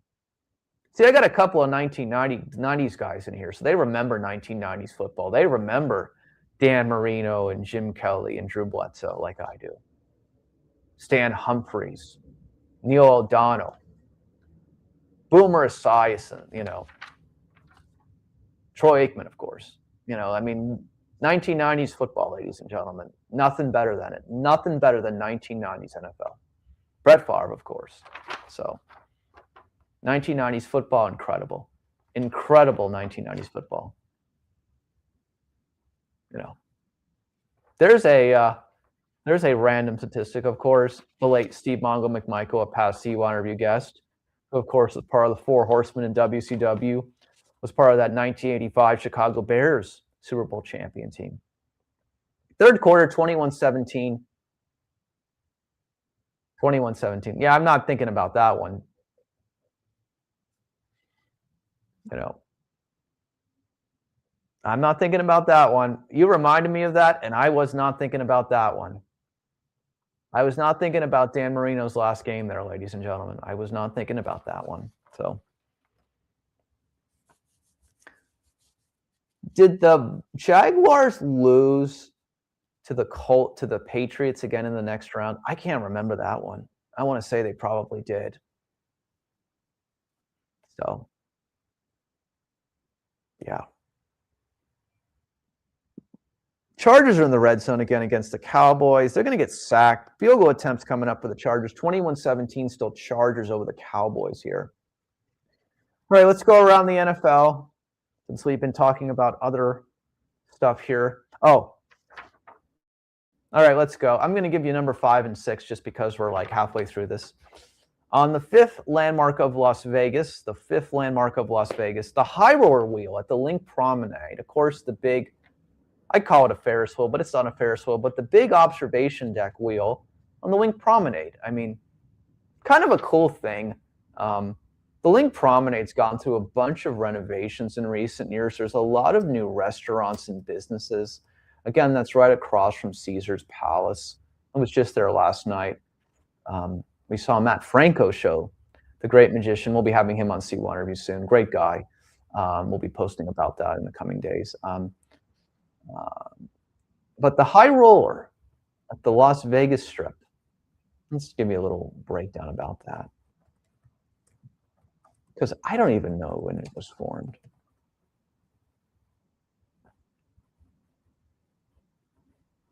All right, the Las Vegas high roller observation.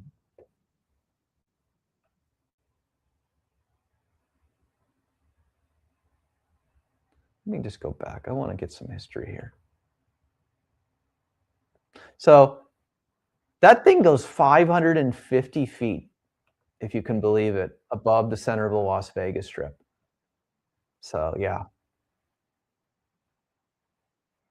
So it's obviously the largest observation wheel in North America.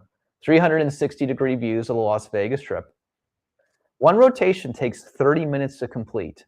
And of course, there's 38 different cabins, and you can obviously take a drink in while you watch it and all that kind of fun stuff as well. So for those of you wondering, during the day, tickets to the high roller are only $23.50. After that time, it's $34.75. So takes about 30 minutes to go around, as we mentioned.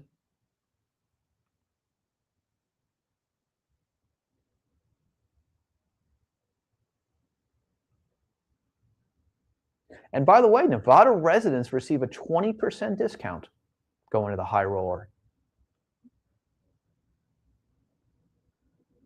So here's from the frequently asked questions. I'm reading this from the Caesars.com/link website. What is the difference between the Las Vegas high roller observation wheel, a Ferris wheel, sky wheel, giant wheel, or eye? The difference is the Las Vegas high roller observation wheel at the link is the tallest, most ultra-modern wheel ride in North America. Our pod capacity is 40 people versus a typical Ferris wheel where there only fits 2 per seat. The slow wheel rotation allows passengers to board and unload without stopping. Designed with enclosed cabins and climate control, the high roller delights year-round for nonstop fun.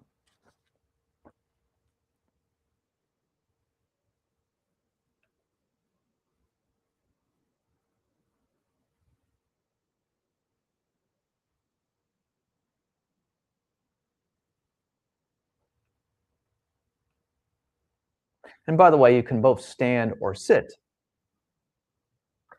on the high roller as well. I thought it would be more expensive, Tom. $23 during the day, $34 at night. That's actually a bargain for kind of an interesting experience. I've never been on it, but will be one day, I'm sure. All right, let's go to number 6 on the 12 landmarks of Las Vegas as we're moving along here. So we get halfway through because we're at halftime. The Eiffel Tower, the Paris, Las Vegas. Of course, there's the Eiffel Tower in Paris, France, but we've got our own Eiffel Tower. And if you go to the top, there's the Eiffel Tower restaurant at Paris, Las Vegas. And so speaking of that,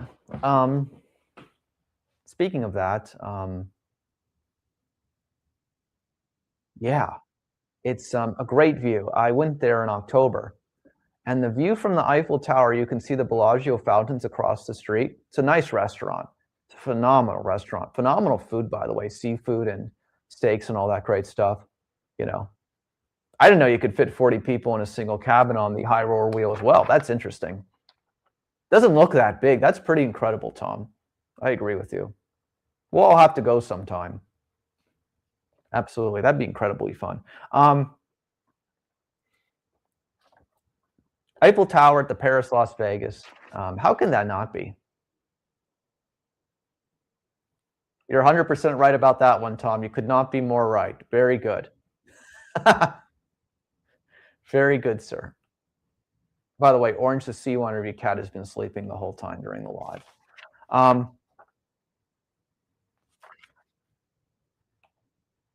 So moving along here, Eiffel Tower at the Paris, Las Vegas. Restaurant at the top is phenomenal. Again, you may never get to Paris, France, and you may never get to Europe, but Las Vegas has Europe. The Eiffel Tower on the Las Vegas Strip across from the Bellagio, number 6 on the 12 landmarks of Las Vegas list. Bellagio Fountains, number 1, Vegas Vic on the Fremont Street, Stratosphere overall. Again, Vegas Vic on Fremont Street, number 2. Asterisk, go to the Heart Attack Grill. GW says so. Number 4, Legion Stadium, home of the Las Vegas Raiders. Taylor Swift, Beyonce, Guns N' Roses, WrestleMania, SummerSlam, all big events that have happened there. High Roller Wheel at the Link Promenade. And finally, the Eiffel Tower, Paris, Las Vegas. Go up to the Eiffel Tower restaurant, once-in-a-lifetime experience. Unbelievable food. Those are the first 6. Got 6 more on the 12 landmarks of Las Vegas. Third quarter, 13-10, Carolina, Tampa Bay. Let's go around scores around the NFL right now. I know the Buffalo Bills and Miami Dolphins fans have been keeping me updated in the chat, but let's go scores around the NFL right now. 20-10 Buffalo against Cleveland. Chargers 24-17 now over the Chargers. 9-6 Titans over the Chiefs. That's at halftime. 17-14 Bengals Dolphins. 9-6 Saints over the Jets. 13-10 Vikings over the Giants. And again, the game we're most watching right now, Carolina 13, Tampa Bay 10. Carolina is in scoring range.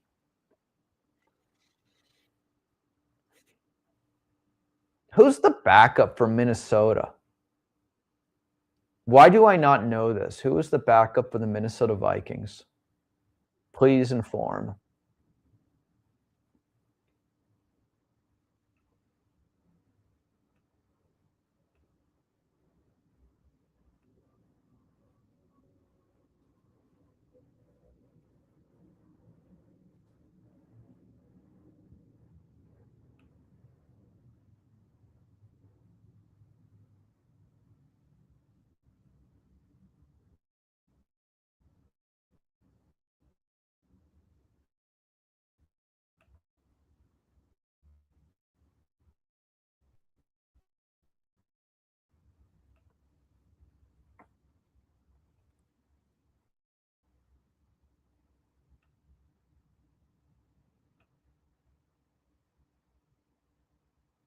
Taking a look at something here.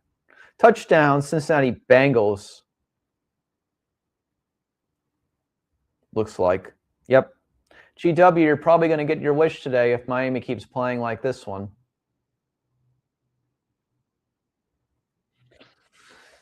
I don't know if the Falcons, I think the Atlanta Falcons fans are absolutely frustrated because Kirk Cousins led them to a victory last week against Tampa Bay. And yeah, I don't know. I mean, are the Falcons really going to keep Kirk Cousins around for another year? I think Kirk Cousins back in Minnesota for a year makes absolute sense potentially. 3rd and 4 for the Buccaneers at the Carolina Panthers 23-yard line. Let's see what can happen here.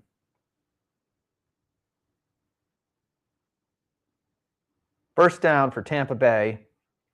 Keep that moving along. That was Chris Godwin Jr. there.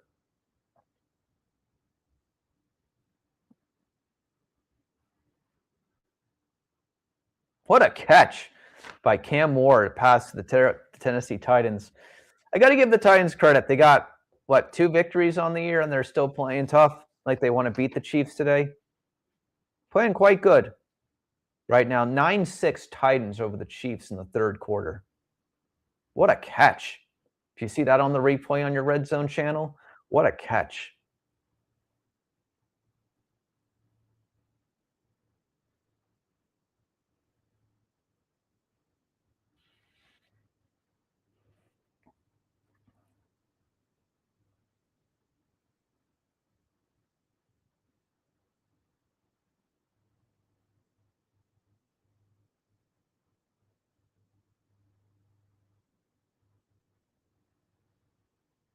Interception, another interception, it looks like. Sanders with another interception to the with the interception there. Buffalo going to get in good position there to possibly get some points. 20-10 Bills over the Browns. That was a great pass by Cam Ward. Absolutely. I told you that was phenomenal.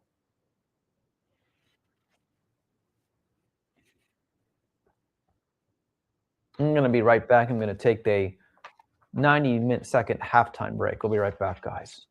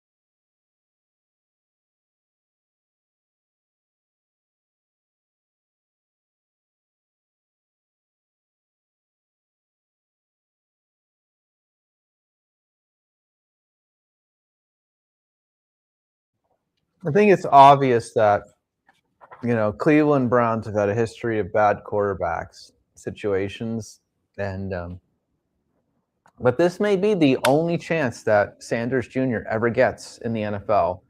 Not looking great so far.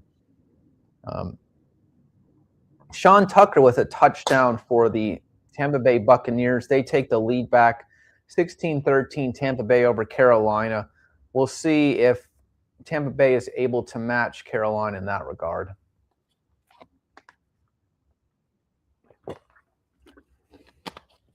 On the next drive. But again, Carolina Panthers, it's never going to get any better than this. It's never going to get any better than this than today. So I'm rooting for you, Carolina. Make me proud. Kick is up and good. 17-13 now, Tampa Bay over Carolina. We'll put that in the chat. Chris Yannick, C1 review covering Las Vegas and the world. Week 16 live reaction from the most exciting place in the world. We're doing also today the 12 landmarks of Las Vegas in the spirit of the holidays. We've already revealed 6. We'll do number 7 in a couple minutes. Number 1, the Bellagio Fountains. Number 2, Vegas Vic on Fremont Street. Asterisk from GW. Visit the Heart Attack Grill when you're on the Fremont Street experience. Also visit all the other great resorts. The Stratosphere Hotel, Casino, and Tower, the observation deck, but the Stratosphere itself is an overall landmark. Allegiant Stadium, home of the Las Vegas Raiders. Also have had big mega concerts for Beyonce, Taylor Swift, Guns N' Roses, WrestleMania and SummerSlam have been there among so many other bigger events. Number 5, High Roller at the Link Promenade. Great. Unbelievable experience. Learned today that you can go on that for anywhere between about $25 to $35. Pretty affordable. Takes 30 minutes to go around one time. And number 6, the Eiffel Tower, our Eiffel Tower at Paris, Las Vegas, not the one in Paris, France, obviously. So those are the 6 first. We'll do number 7 in a couple of minutes here. So we're getting through the third quarter. We're probably going to get through, probably like about 2 of them in the next 10 minutes. So we'll do number 7 in about 4 minutes, and then we'll do a little 12 minutes after that. We'll do number 8, just to make sure we get through all these before the end of the broadcast today. So far today, in the Minnesota Vikings and New York Giants game, there has only been a total of 239 yards from both teams. As Steve Spurrier always said, not very good, not very good, not very good, not very good. Not very good one bit. Not very good. Scores around the NFL, 23-10, Buffalo over Cleveland. Chargers holding on to the lead against the Dallas Cowboys in the third quarter, 24-17. Tampa Bay 17, Carolina 13, Minnesota 13, New York Giants 10, Cincinnati 24, Miami 14. Tennessee 16, the Kansas City Chiefs 6. New Orleans Saints 9, New York Jets 6.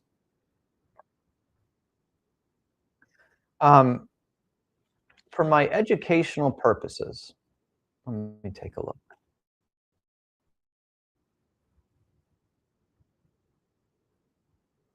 I'm going to see something here.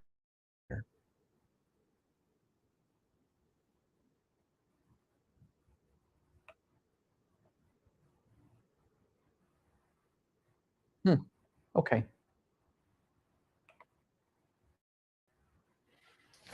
The Chiefs and the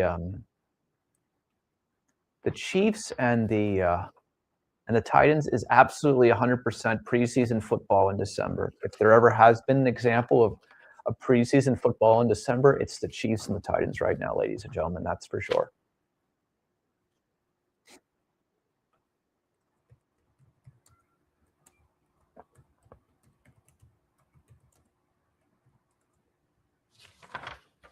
Tom, does Buffalo clinch a playoff spot if they win today? I'm not sure about that. Do they?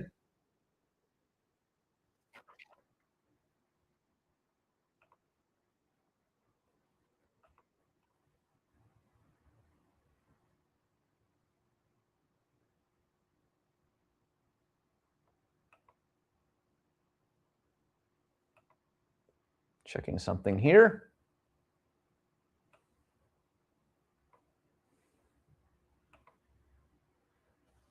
I'm guessing it's pretty close. Wow, another touchdown for the Bengals.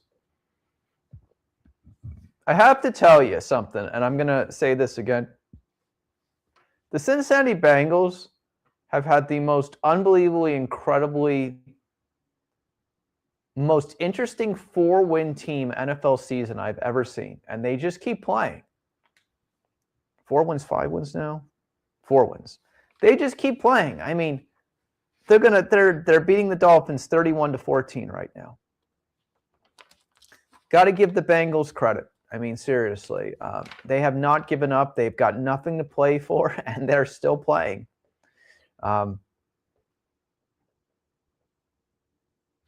So Miami's going to lose the next 2, probably to Tampa Bay and New England as well. I think that's fair to say also.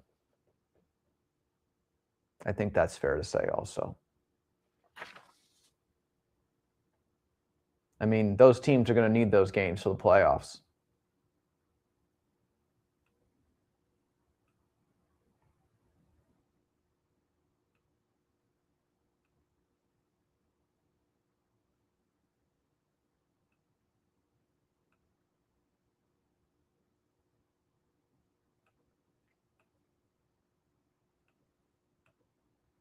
Take a look at something quickly.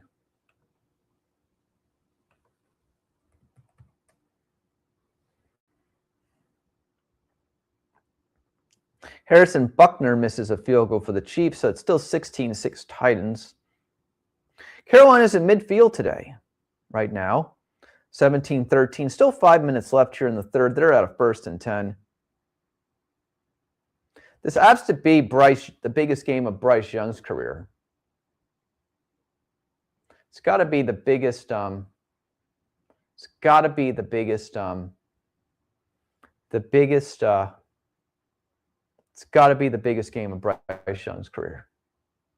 Besides Carolina's in a long time, it's got to be.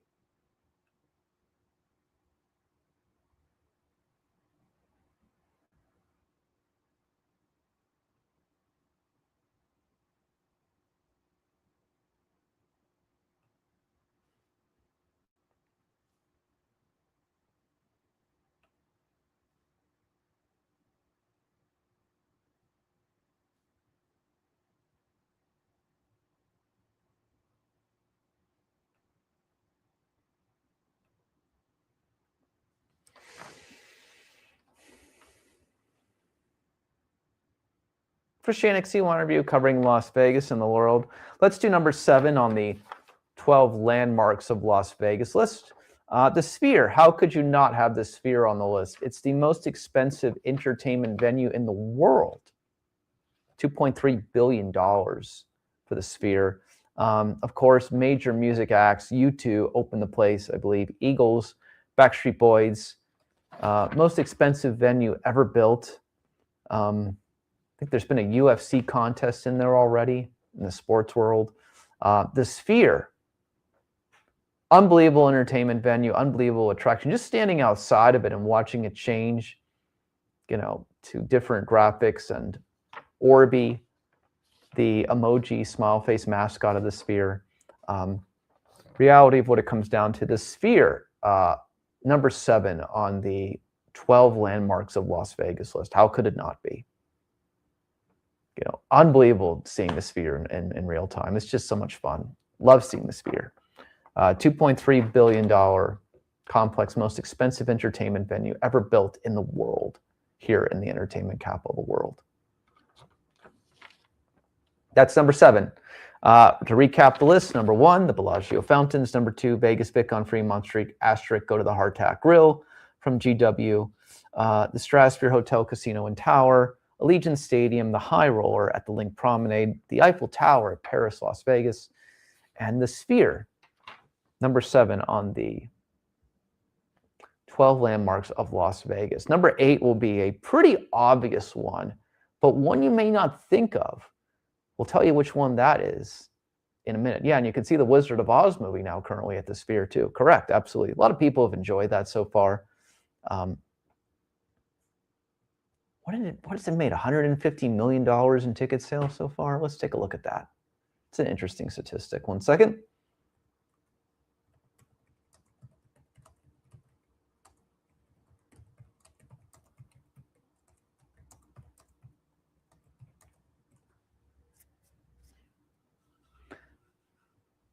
$200 million in ticket sales since August, if you can believe that. Over 1.5 million tickets, generating over $200 million in sales so far. Well, I mean, when you don't have anything to play for and you're not going to the playoffs, there's nothing wrong with going for it on 4th and 1. Panthers are moving the ball again, though. They're inside the Tampa Bay red zone. I think you're probably going to see them go for the touchdown here. We'll see what the situation is, but 1st and 10, 1 minute and 30 seconds left in the third quarter. Christian C1 review covering Las Vegas and the world. NFL Live reaction. NFL Live reaction. Have not yet, but we will, GW. NFL Live reaction. Week 16 here in Las Vegas, the entertainment capital of the world, doing the 12 landmarks of Las Vegas in reference to the 12 days of Christmas as a tribute for the 12 days of the holidays. Again, Merry Christmas, Happy Hanukkah, Happy New Year, season's greetings, Happy Kwanzaa, Happy Boxing Day, happy having a day off from work, happy having a day to spend time with your family if you like doing that kind of thing. All of that from C-Wide Review and the above, or happy I don't celebrate anything day. Whatever you like.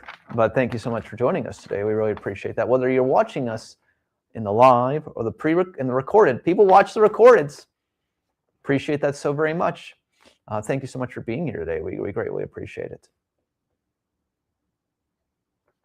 Yeah.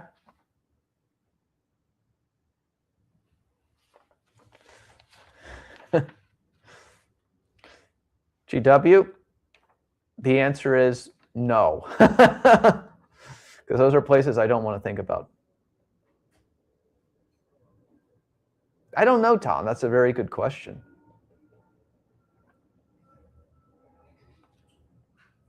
It's a very good question. I'll have to look into that one for you, too.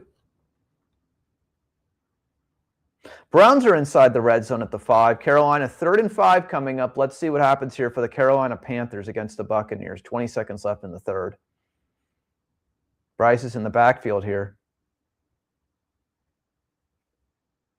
He's going to dodge a bunch of Buccaneers defenders, and he's going to throw that touchdown, ladies and gentlemen.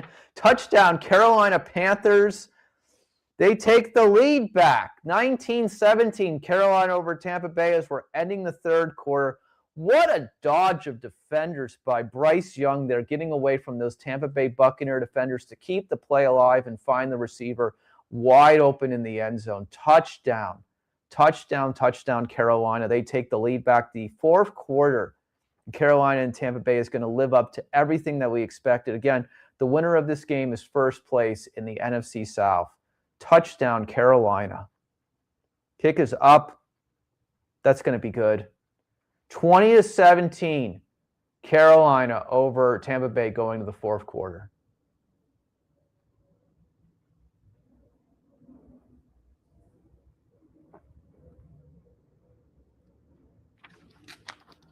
You know, the reality of what it comes down to is that here's the thing about Tampa Bay, and I said this the last couple of weeks. They didn't play very good against the Cardinals. They lost to the Saints. I'm sorry, GW, that they lost to the Saints. You know, and then they lose last week to the Falcons. You know, they've lost to 3 teams with less than 5 wins or around 5 wins, right? They haven't won a game in a month almost. And Carolina, again, great wins against Dallas, great wins against Green Bay. They beat Miami, whatever that's worth. But Carolina, to me, again, I want to see Carolina in the playoffs.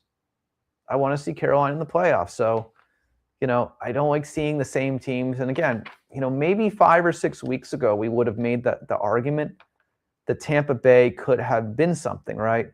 The Tampa Bay could have absolutely been something, right, in the playoffs. But even if they make the playoffs, Tampa Bay is one and done. As I told Tom, if Tampa Bay were to represent the NFC South as the 4 seed, Whoever the 5 seed is that's playing Tampa Bay, give me that team. I don't care if it's at Tampa Bay. Give me that team. Give me that team. Because Tampa Bay is just not very good right now. They're just not very good. They're going to lose 4 games in 4 weeks potentially here. See, Carolina can keep it up. Carolina versus one of those teams in the first round, I think that could be more interesting. I think Carolina's got the better offense overall, and I think they're more fun to watch at this point. So, again, I just would love, and I like seeing new teams in the playoffs. We've been talking about this the whole year.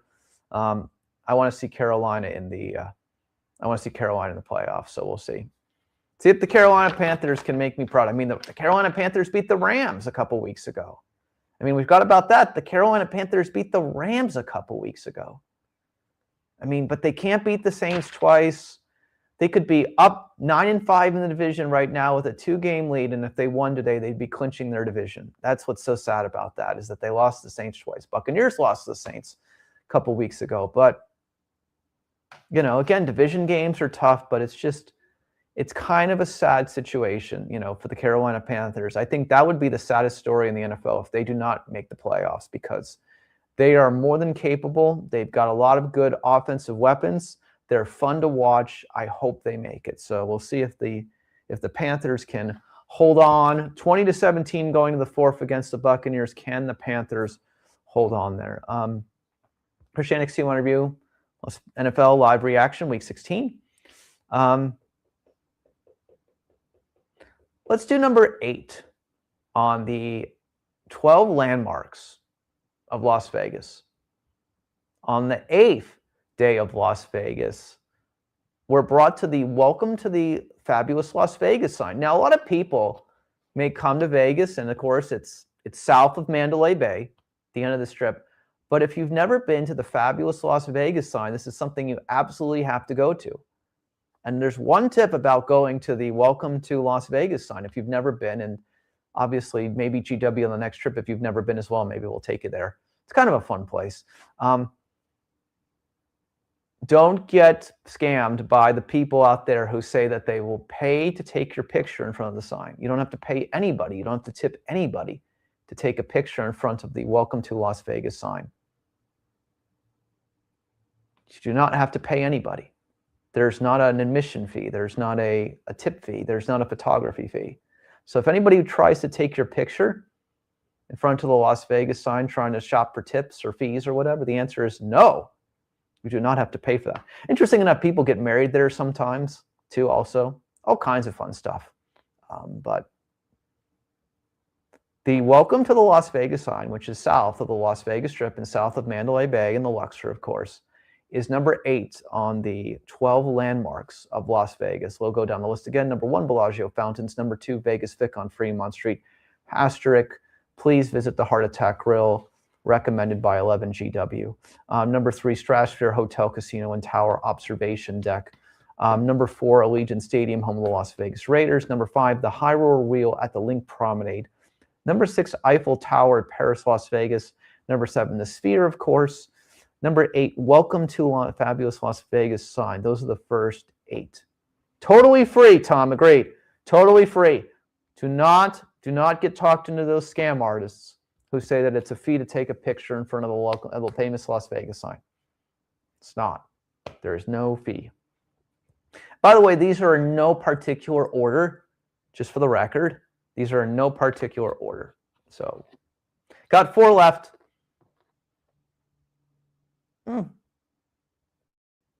I think that of the final 4, a couple of them are pretty noteworthy. One of them we've actually already talked about this year in an earlier live, so Tom will remember that one. That's a hint to Tom about which one of the final 4 we might still be. But, yep. 31-14 Bengals over the Dolphins. Again, Cincinnati Bengals may be the funnest team to watch that's ever had 4 wins that won't make the playoffs. Because they can play with anybody, any week. I mean, they're just an any given Sunday team, no matter how bad their record is. The Bengals are about to score again against the Dolphins, if you can believe that. Not very good.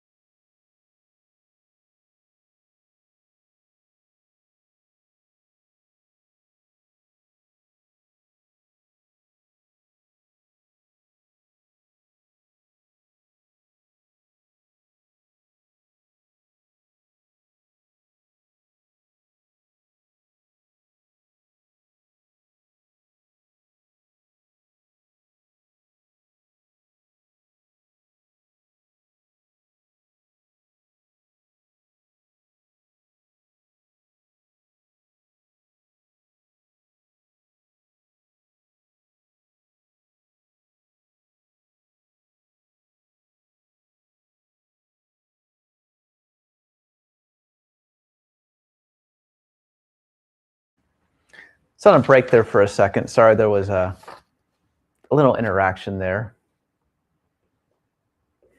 We're back here. Chase Brown with the touchdown for the Bengals. Buccaneers are moving the ball down the field, probably in field goal range at least here. I think we're going to get a good finish here in Tampa Bay and Carolina. So right now, here's the scenarios for the playoffs. If the Broncos lose today, Jaguars would still be a game behind them.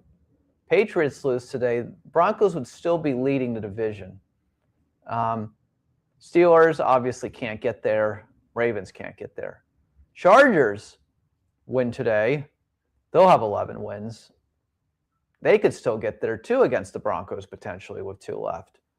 Bills can still get to the New England, and Houston could still get to Jacksonville. So a lot of things to talk about still in those regards. And the Colts, the Phillip Rivers story is just incredible. I mean, if Phillip Rivers would have beat the Seattle Seahawks last week, that would have been incredible. So recap show is tonight, midnight Las Vegas time, midnight Eastern time, 9 p.m. Las Vegas time. We do 1 hour of review and the fun of the week, and we talk about the latest in Las Vegas. 9 o'clock tonight, right after Sunday Night Football. We get some randomly fun people in the room, Tom, from all across. That's what's so much fun. We've had a guy in there who was like a Bears fan, if you recall, a couple weeks ago. We get the randoms that come in, and I like the new randoms, the new people. And some of them have subscribed to the channel. It's a guy from the Netherlands who emailed me the other day who's been watching the channel, if you can believe it. Bunch of stuff on the channel. So he sent me an email yesterday. That was kind of interesting. All right, 3rd and 4 for the Tampa Bay Buccaneers. They're at the Carolina 24-yard line, and Baker Mayfield is going to get sacked in the backfield. We are now looking at about a 51 or 52-yard field goal attempt coming up for the Tampa Bay Buccaneers. Let's see if the Buccaneers can tie it up here. Interesting. Listen, and I know that ESPN and Monday Night Football could not be happier to have that game tomorrow. They could not be happier to have that game tomorrow. Late December, 2 teams fighting for the playoffs, a guy coming back and playing for the first time in 5 years. They love having that game. That will probably get a huge rating for them. Field goal attempt is coming up. It's actually 50 yards. And kick is good. 2020 Tampa Bay and Carolina now. So great defense by the Carolina Panthers.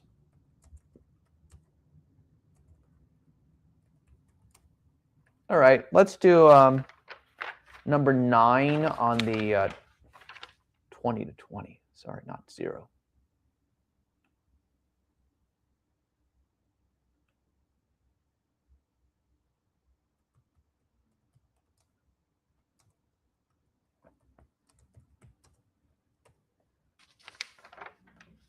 Interception by the Bengals there.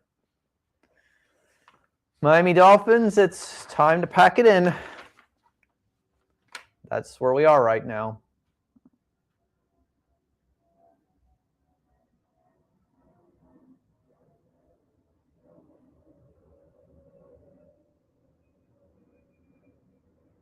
That's where we are right now. Christian XT1 interview covering Las Vegas, the world. NFL Live reaction, Week 16. So it's going to be an incredible game, though, Tom. I'll be looking forward to watching that tomorrow night. I hope Phillip Rivers shows us something magical. I mean, if he would have beat Seattle last week, that would have been incredible. I mean, to me, that would have been like the moment of the year for sure. Absolutely, in the NFL so far. Number 9 on the 12 landmarks of Las Vegas, the pyramid, the Egyptian pyramid, and the Sphinx, of course, outside in front of the Luxor Hotel and Casino. Of course, the Luxor Hotel and Casino has been at the south end of the Las Vegas Strip for almost 30 plus years, obviously, more than 30 plus years. If you've ever been on the front, and last week I was, for honestly, I think the first or second time, you got to go out and see the pyramid with the beam laser going up to the sky of the Luxor, of the pyramid, and you got to see the Sphinx outside. You got to go see that. And there's a bunch of, Egyptian statues and things like that on the Las Vegas Boulevard. If you ever get down to the south end, the pyramid and the Sphinx, of course, outside in front of the Luxor Hotel and Casino, absolute great landmark. If you think of anything in Las Vegas history going back to the 90s, you think of the Luxor Pyramid. You think, oh, there's a pyramid on the Las Vegas Strip. But I may never have been there. What exactly is that? Or I've seen the Sphinx. The Luxor Hotel and Casino, the pyramid and the Sphinx, number 9 on the 12 landmarks of Las Vegas. Great photograph opportunity, by the way, also. Absolutely, for sure. Worth seeing. Got 3 left on the 12 landmarks of Las Vegas. Number 1, the Bellagio Fountains. Number 2, Vegas Vic on Fremont Street. Asterisk, go to Heart Attack Grill from 11 GW. The Stratosphere Hotel, Casino, and Tower. The observation deck, the whole landmark itself. The view is unbelievable from the north end. Allegiant Stadium, home of the Las Vegas Raiders. Major football events, WrestleMania, Taylor Swift, Beyonce, Guns N' Roses, and the such have all been there. High Roller Wheel at the Link Promenade, the Eiffel Tower at Paris, Las Vegas, our Eiffel Tower, not Europe's Eiffel Tower in Paris, France. The Sphere, $2.3 billion entertainment complex, most expensive in the world. Number 8, welcome to the Las Vegas, welcome to Fabulous Las Vegas sign. The welcome to Las Vegas sign. You do not have to pay to take a picture in front of that.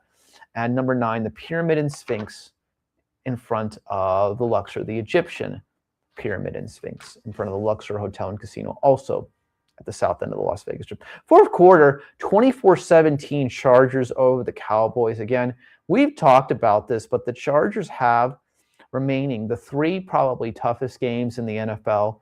Today, obviously, is one of them. So they really need to win to make their playoff position more likely.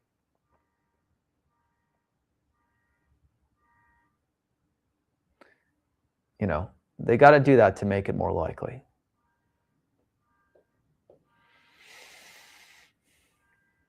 So if Myles Garrett gets 1 more sack, it would be the most sacks in an NFL season on the Cleveland Browns.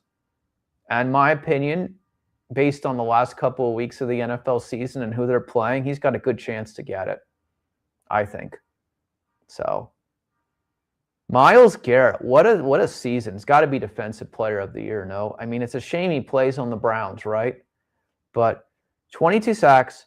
If he gets 1 more, he'll have the most sacks in a single season. That is unbelievable.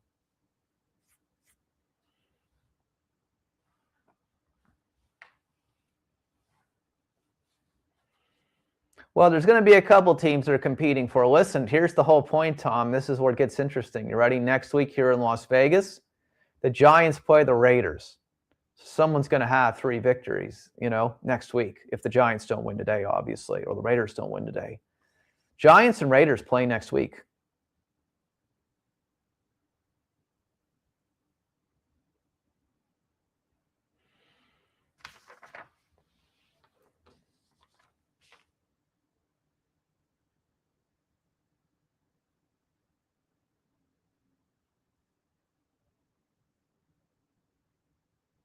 $16-6 Saints Jets right now.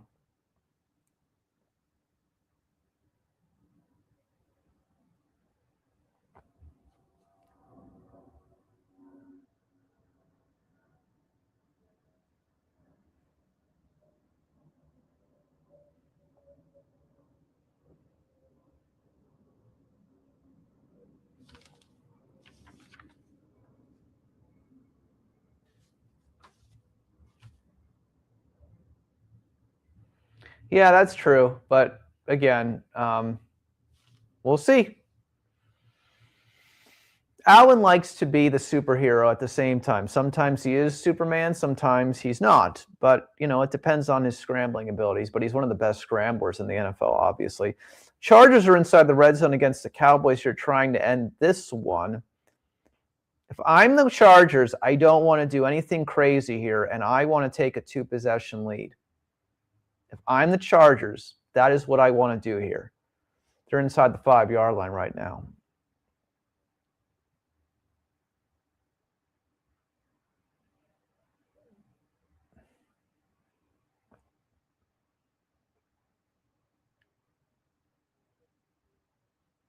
If the Giants-Raiders game ends in a tie at 3-3, I don't know what to tell you. Here's what I will tell you, though, about the Giants-Raiders game. It'll be the cheapest ticket probably in Las Vegas Raiders history next week. If you ever wanted to go to an NFL game, I see tickets already like are below $70, and they may even drop down into the 50s. If you ever wanted to go to an NFL game, this is the time next week. Won't be a great matchup, but if you ever wanted to go to an NFL game in Las Vegas for under $100 for yourself or for two people, probably get out of there for like $120. Next week is the week. I mean, seriously, that is the week next week. There'll be plenty of people after Christmas who won't want to go. Cheapest NFL ticket probably in Las Vegas Raiders history is next week when the Giants play the Raiders at home.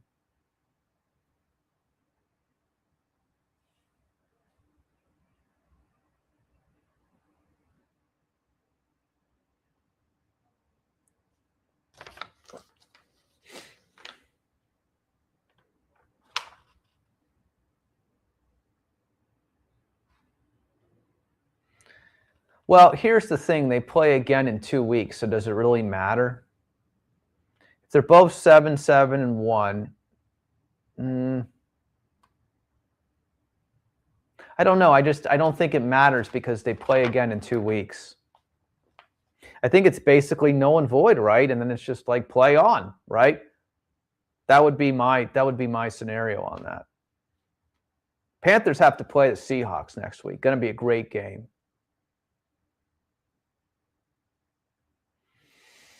Chargers get that field goal to make it a 2-possession lead with 8 minutes and 57 seconds left. Los Angeles 27, Dallas 17.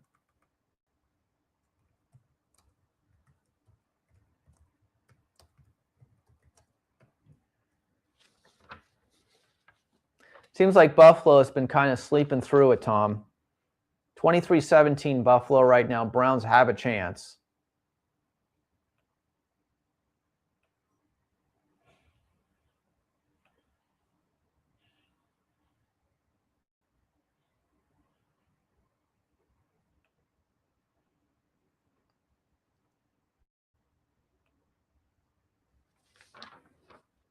They're going to call them to a field goal attempt. 23-20 now, Buffalo over the Browns.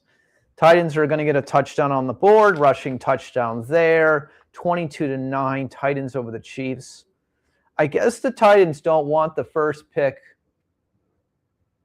It's like 38-14, isn't it? Isn't it, Gabe? It's like 38-14, isn't it? 31-14.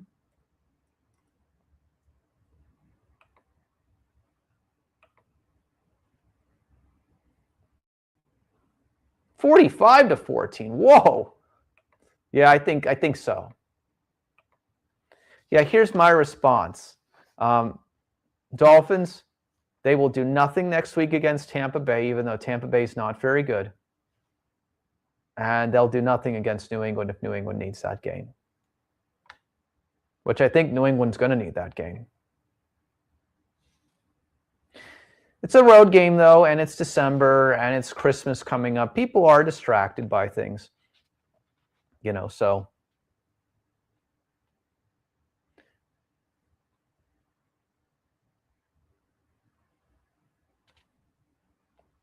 Right, 2020, 7:55 left. Tampa Bay's got the ball at their own 11-yard line.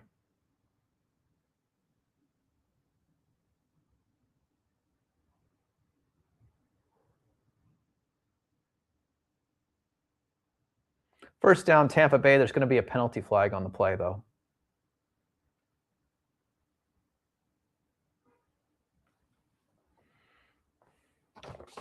Yeah, put a fork in Miami the next couple of weeks, though, my opinion. So here's the question, Gabe, and Tom has been talking about this a lot. Is McDaniel gone next year? Will Miami have a new head coach next year? What's the scenario, in your opinion? The time to start over again? I'd like your opinion. Please tell me.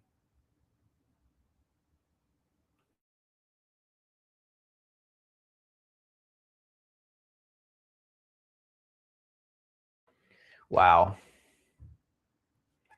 Well, here's my response to you. I can't imagine he gets more than next year. That's crazy. The reality of what it comes down to is, and I'm going to say this since the day we had the NFL draft and the Miami Dolphins had the opportunity to draft either Justin Herbert or Tua, I said the same thing, and I'll say it again for the millionth time. I would have rather had Herbert based on his history of injuries and being healthy. Because if you can't make it through an entire NFL season, what good is a quarterback? And again, look at Herbert. Going to make the playoffs again this year with the Chargers. They're going to probably have 11 victories today. I mean, again, would have rather had Justin Herbert be a Miami Dolphin. But again, missed opportunities by the Miami Dolphins. So many missed quarterback opportunities. Drew Brees versus Dante Culpepper back in the day. Could have had Drew Brees. Drew Brees goes on to win a Super Bowl with the Saints. You know, so many missed opportunities at quarterback for the Miami Dolphins. And, you know, so, you know, if I'm the Miami Dolphins right now in the offseason, you know, again, here's what I would have done if I were the Dolphins. I would just get the best GM I possibly could in the game, and I'd pay him triple the amount of money that he's currently making. Because that's what they need. That's what the Raiders need too. The Raiders need an excellent GM. And the Dolphins need one too. The reality is that that's just where it is right now, right? If you don't have a good GM, it's just nothing, you know. So Tampa Bay Buccaneers at midfield. Can Carolina find a way to get the ball back here? Carolina playing their hearts out, trying to get to first place in the NFC South. If they win today, they will get their 2nd and 12 for the Buccaneers at midfield. See what the Carolina Panthers defense can do here.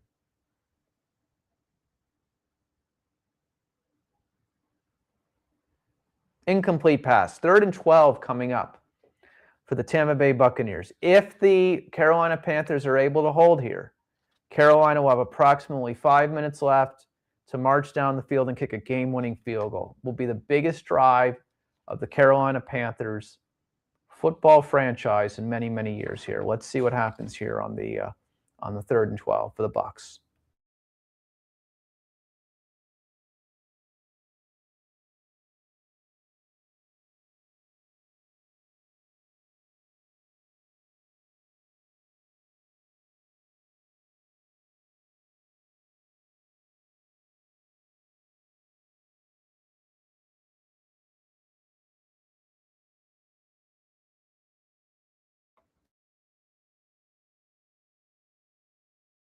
And the Panthers are going to be able to sack Baker Mayfield here. Carolina is going to get the chance to win the football game, ladies and gentlemen. The Buccaneers will be punting as long as there's not any roughing the kicker call or something like that, or a muff punt. Carolina is in position to win this game with 4 minutes and change left here. Oh, I guess there was a false start penalty, so Tampa Bay did not get sacked. Tampa Bay gets bailed out. It's going to be 3rd and 17. That's incredible. All right, Carolina Panthers defense, you're going to have to do it again. Was it Myles Garrett, Tom, or was it somebody else?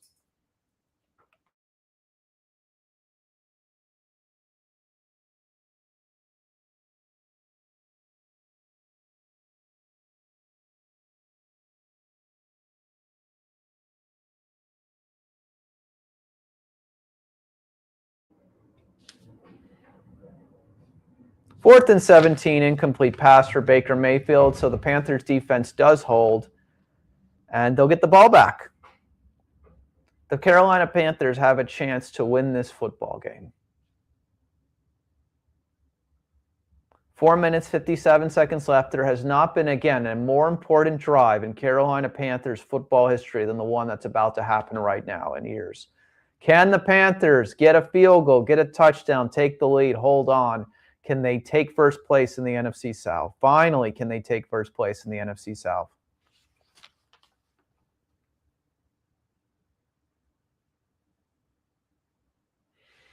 All right, time for number 10, the 12 landmarks of Las Vegas. The Venetian Grand Canal gondola ride at the Venetian Las Vegas. You can take a gondola ride in Las Vegas besides being in Italy itself. Of course, the Venetian tributes Italy. Go take a gondola ride in Las Vegas through the waters of the Venetian and the Grand Canals. Obviously, through the Grand Canal shops. Great shopping plaza, by the way. A lot of great stores at the Grand Canal. The Grand Canal shops. At the Venetian Las Vegas, go on the gondola ride, get in a boat. So. I have not, Gabe, but maybe one day we'll go together. I love you too. Just kidding. But anyway, point be told. I do love you, though. But the point be told is that it's just like, yeah. By the way, Tom is a gigantic pro wrestling fan. I think you know that already, but Tom is a gigantic pro wrestling fan. Gigantic pro wrestling fan. I've known Tom as long as you, literally, 25 years plus. That's how far we all go back in that regard. So, but I've seen it. I've been in front of it. It's for couples mostly, obviously, but the gondola ride in Italy, for sure. Do that. I think people were hoping that the ending was going to be better. I think the match, here against Cody was great in April, but correct, I agree with you. It could have been better. I think a lot of people were sad about how the Cena retirement tour ended. But as I was telling Tom earlier, the merchandise is just unbelievable. The John Cena merchandise is just so much unbelievable. I can't keep track of all the action figures, T-shirts and caps and limited autographs and all kinds of stuff like that. It's just incredible, honestly, all that stuff.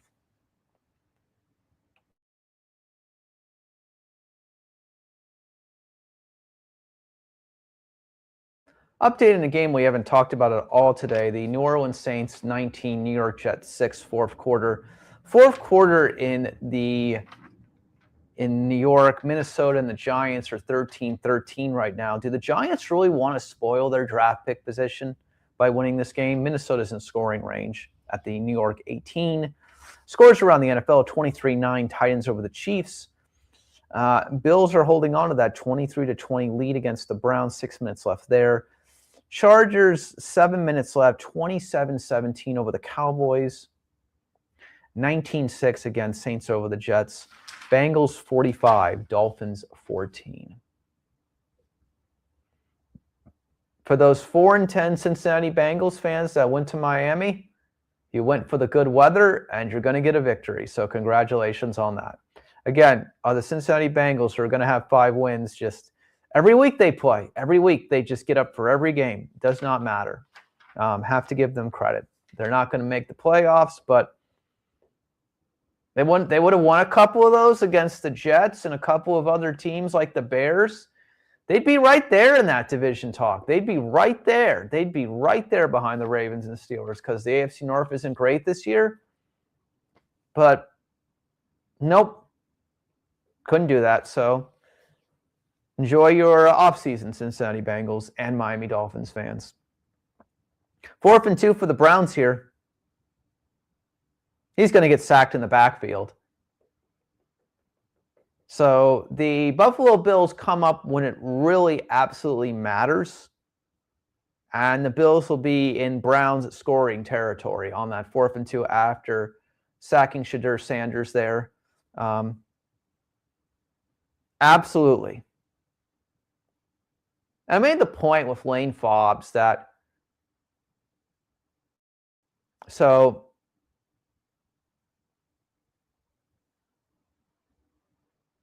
the Bills clinch a playoff spot with a Colts or Texans loss if they win today. That's the scenario, Tom. If the Bills win and the Colts or Texans lose, Colts more likely to lose tomorrow, the Bills clinch a playoff spot.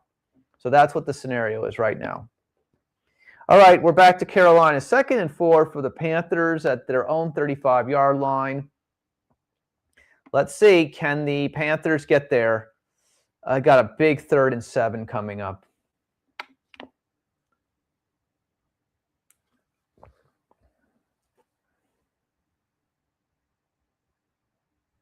Chargers are moving the ball to try to milk the clock here. 5 minutes and 47 seconds left in that one. All right. Number 11. I have been to this one. I think Gabe has been to this one too. I'm sure Tom has too. Number 11 on the 12 landmarks of Las Vegas, inside the Wynn Las Vegas Hotel and Casino. If you go in the front door, is an unbelievable floral display. The floral displays all throughout the Wynn Las Vegas are absolutely beautiful, just like at the Bellagio at the Botanical Garden, which changes the holiday seasons and every 3 or 4 months, and is always worth seeing next to the lobby. The floral displays at the Wynn Las Vegas are absolutely a landmark, I believe. Lots of Instagram people, a lot of people go there to take pictures in the area. So the floral displays at the Wynn Las Vegas, of course, the Wynn Las Vegas is one of the top best properties in the entire world, let alone on the Las Vegas Strip. So the floral displays at Wynn Las Vegas, number 11 on the 12 landmarks of Las Vegas. To recap, number 1, the Bellagio Fountains. Number 2, Vegas Vic on the Fremont Street. Number 3, the Stratosphere Hotel, Casino, and Towers Observation Deck. Number 4, Allegiant Stadium. 5, High Roller Wheel at the Link Promenade. 6, Eiffel Tower at Paris, Las Vegas. Number 7, Sphere. Number 8, the Welcome to Las Vegas sign. 9, the Pyramid, the Egyptian Pyramid and Sphinx outside the front of the Luxor Hotel and Casino. Number 10, the gondola rides at the Venetian Las Vegas, at the Grand Canal Shops. Number 11, the floral displays at Wynn Las Vegas. We've only got one more left, which is pretty common as well. If you've ever been on the Las Vegas Strip, you probably have walked past the last one before.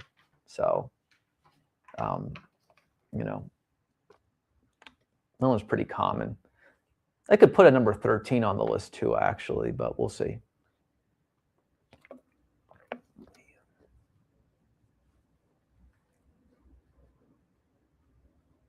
So we're almost there, though. I think we'll probably maybe we'll do 13. We'll see. Or we'll do an honorable mention for number 13. But the 12 landmarks of Las Vegas, almost done. Touchdown Chargers. That will end that game. Chargers are going to get another victory. Damarian Hampton with the touchdown there for the Los Angeles Chargers, 33-17. Get that extra point, 3-possession game, 4 minutes left. Put a fork in the Dallas Cowboys. They've already are eliminated from the playoffs, but put a fork in them overall. 6 minutes left in the Jets and Saints game, 19-6 Saints over the Jets.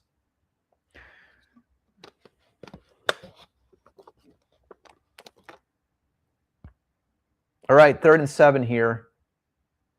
Coming up for the Carolina Panthers. Biggest 3rd down in Carolina Panthers football history coming right here. One of them anyways. It's got to be top 5.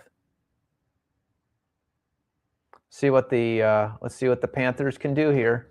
Obviously, they're in field goal range, but you'd want to do better than that. Let's see, 3rd and 7. Biggest 3rd down in Carolina. I think it's probably one of the top 3 biggest 3rd downs in Carolina football history right here. See what they can do.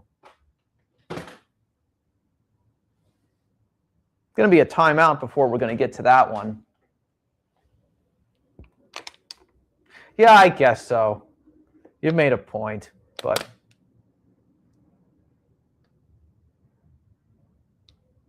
I've got really 2 in mind for number 12, but thinking about it. 4 minutes left, 23-20, Buffalo and Cleveland. See if Buffalo can add on something. 4 minutes left in the Giants and Vikings. 3rd and 3 for the Vikings. Let's see what the Vikings can do here.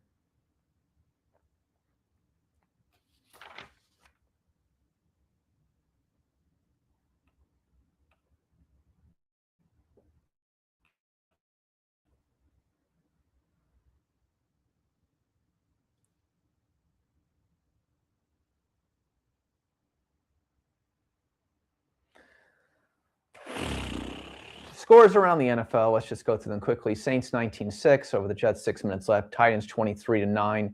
Titans about to score again. 13-13. Field goal attempt is probably going to come up for the Vikings and the Giants. 45-20. Dolphins just scored a touchdown. Bills 23-20.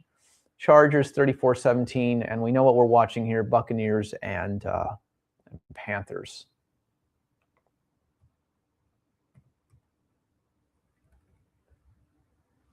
Kick is up and good. It's going to be 16-13.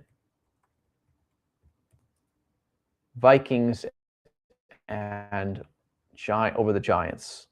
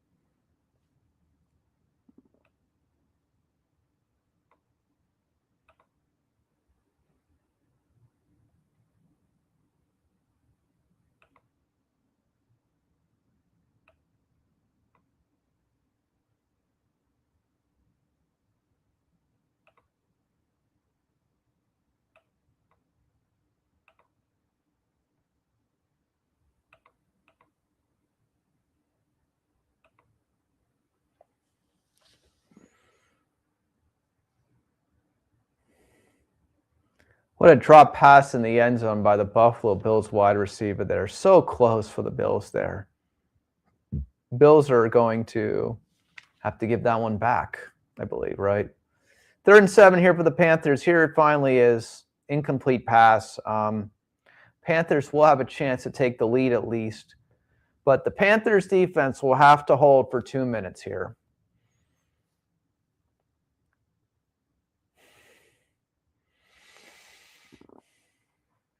New Orleans is attempting another field goal attempt.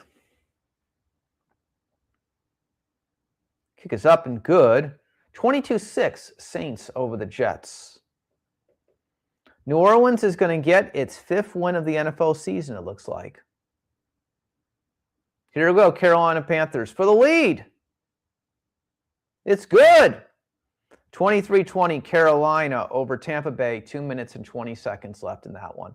Christian XC1 review covering Las Vegas and the World NFL Week 16 live reaction. Boy, do we have some good ones today in the NFL. Browns and the Bills are going to go down to the wire, 23-20. Carolina Panthers beating the Tampa Bay Buccaneers. That's going to go down to the wire. Got a lot of playoff implications on the line in a couple of these games. Yeah, good week. Again, go Carolina Panthers. They just sacked Shadur, actually, Tom, on 1st down. 2nd and 18 for the Browns. I don't have any hope in the Browns offense here.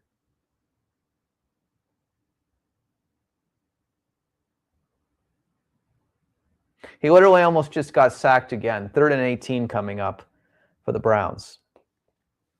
2-minute warning in Cleveland.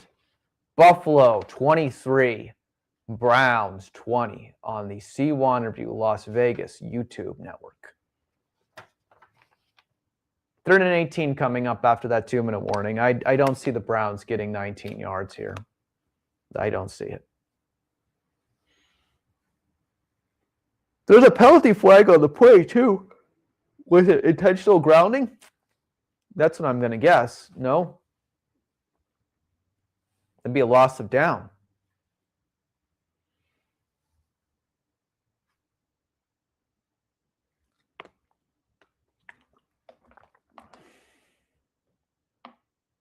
Chris Myers has got a good one this week in Tampa Bay and Carolina, that's for sure.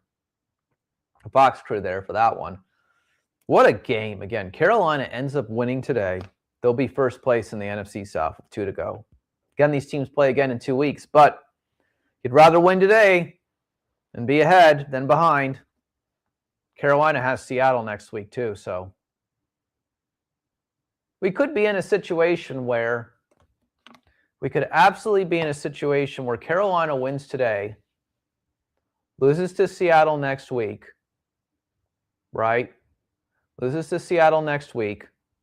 Tampa Bay beats Miami, and they're both 8-8 going into the final game. Could absolutely have a scenario like that. But you want to be the team that wins today. You want to be ahead, not behind. I'm not saying Carolina couldn't beat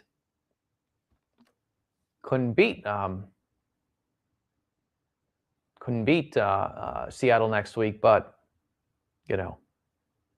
that'd be pretty incredible. See if Carolina can hold on. 2 minutes and 20 seconds left in that one. Did they roll it a safety, Tom?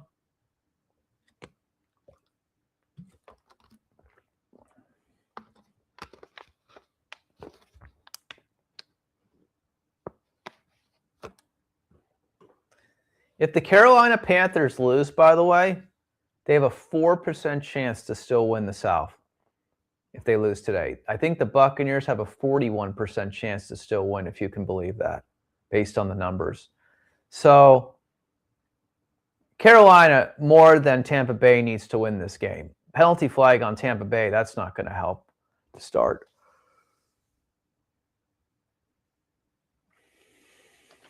All right. Since we're getting to the end of it, the 12 landmarks of Las Vegas, last one. We'll give an honorable mention first, but first off, obviously, the pirate ships at Treasure Island. How can the pirate ships at Treasure Island not be a landmark in Las Vegas? Obviously, the famous pirate show took place there over the years. Number 12 on the 12 landmarks of Las Vegas, the pirate ships at Treasure Island. Hopefully they will bring the pirate show back. No, we're not bringing it back. Yes, we are bringing it back. There were different reports, obviously, earlier this year about whether the pirate show would come back. The pirate show should absolutely come back at Treasure Island. Absolutely should come back. And also, honorable mention, of course, the Colosseum, the Roman statue, Caesar's Palace. Caesar's Palace is the name you know, Hangover movies. Probably the most famous name in casino history in the world, Caesar's Palace. That's a landmark in and of itself. The Roman statues, the Colosseums itself. So we'll go through the list again one more time. The 12 landmarks of Las Vegas: Bellagio Fountains, Vegas Vic on Fremont Street, Asterisk, go visit the Heart Attack Grill on Fremont Street, Stratosphere, Legion Stadium, High Roller Wheel at the Link Promenade, Eiffel Tower at Paris, Las Vegas, our Paris, Las Vegas, not Europe's. Sphere, $2.3 billion, the most expensive entertainment complex in Las Vegas. Welcome to Las Vegas sign at the south end of the Las Vegas Strip, of course. And the Pyramid and Sphinx, the Egyptian Pyramid and Sphinx, outside in front of the Luxor. The gondola ride at the Grand Canal Shops at the Venetian. The floral displays at the Wynn Las Vegas.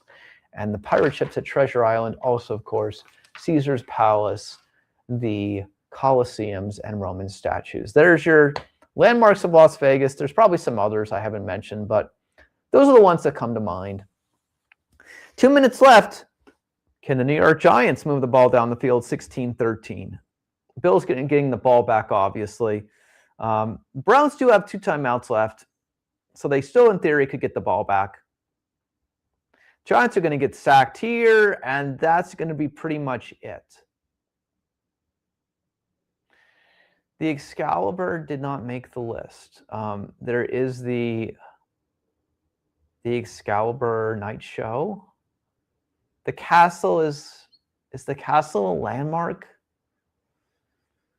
I don't know about that one, Tom. That's like an honorable mention. I'm sorry. There's a lot of fun shows at the Excalibur. Matt King, for the ladies, Thunder from Down Under, right? The Australian Bee Gees. The airport is not a landmark. It's kind kind of fun inside, but why? Because there's slot machines at the airport. That's what makes it a landmark. Yeah. Every major city in America has an airport. So, what a pass. Bills are going to be close to the first down. There you go, Tom. See, Tom is a lifelong Nevadan, so I'll defer to him on that. He's born and raised here, so he would know better than anybody. Yeah, no way. Bills are about an inch away from ending the game against the Browns. That was a nice shuffle pass right there. So, 3rd and 1 for the Buffalo Bills, a couple of inches to end the game. The castle has to be a landmark. Honorable mention, the Excalibur Castle. But the night show is really what is the thing that people go there for.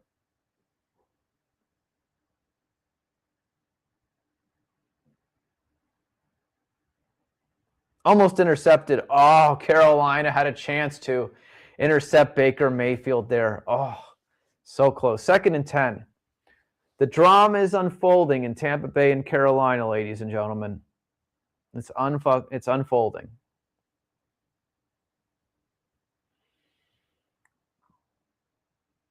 The Bills got the first down, so it looks like that game's going to be over.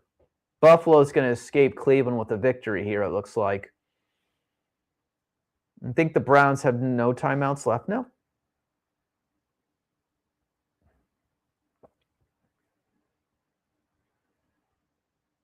Third and 5 coming up for the Panthers against the Buccaneers.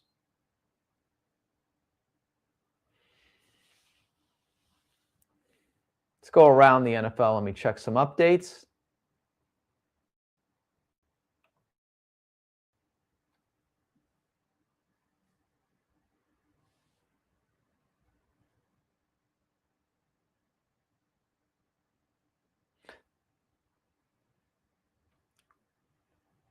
Final score in Miami, Cincinnati 45, Miami 21. That is the first final of the day.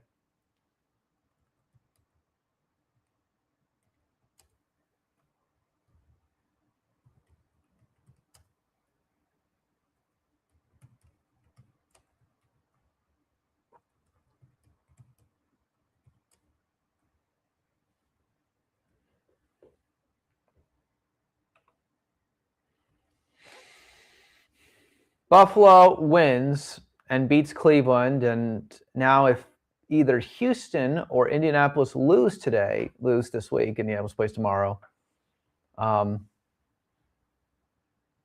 will clinch a playoff spot. So final score, Buffalo escapes beating Shedeur Sanders and the Cleveland Browns 23-20. Final score, Buffalo over Cleveland. Pressure's on New England now to win that game to keep first place in the AFC East now. The pressure's on New England, as I was just about to say. I think Baltimore wins today, honestly. Again, that win New England had early in the year against Tampa Bay at Tampa Bay is less impressive as the year goes on. They lose to the Bills. They lose to the Bills last week at home. They lost the Steelers early in the year, which wasn't a good loss either. Give me Baltimore today. Give me Baltimore to beat New England today. I expect that, absolutely.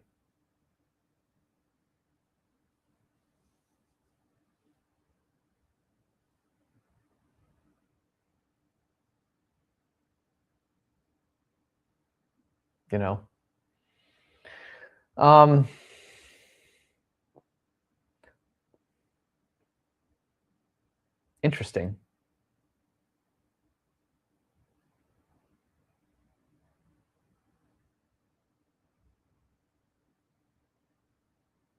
And Carolina intercepts Tampa Bay, and Carolina is going to win today and increase their odds of winning the NFC South. The Carolina Panthers are going to beat the Tampa Bay Buccaneers today. Baker Mayfield throws an interception.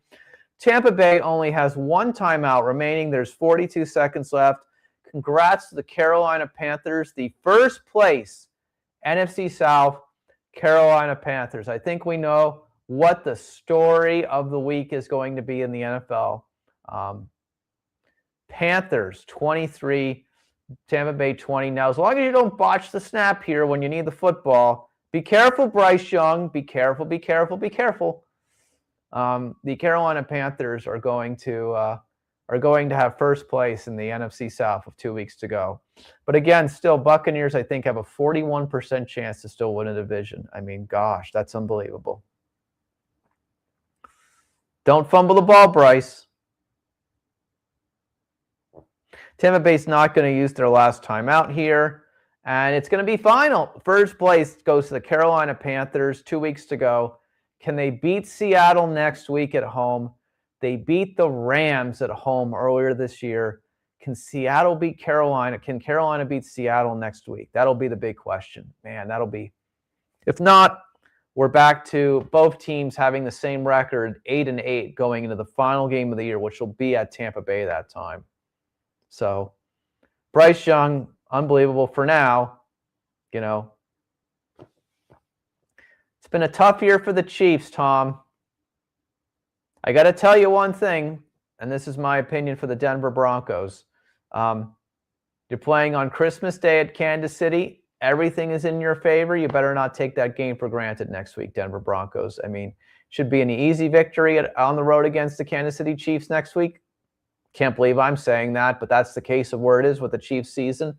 You better not take that game for granted next week, Denver Broncos. They got to play the Jaguars in a couple minutes here, but yeah. Saints are rolling today against the New York Jets, 29-6. New Orleans over the Jets right now with 1 minute and 49 seconds left there. Chris Olave with a touchdown.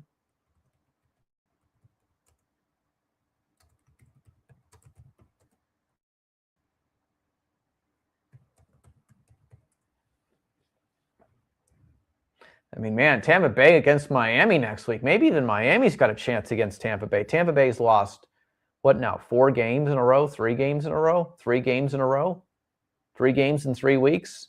Maybe Miami's got a chance against Tampa Bay next week. Tampa Bay playing for their season next week, seriously. Minnesota has won the game against the Giants. The Giants will still have 2 victories. So there's a chance next week the 2-victory New York Giants will play the 2-victory Las Vegas Raiders next week. That is actually a chance of possibly happening. Final score, Minnesota 16. New York Giants 13. As Jesse Ventura used to say, Minnesota.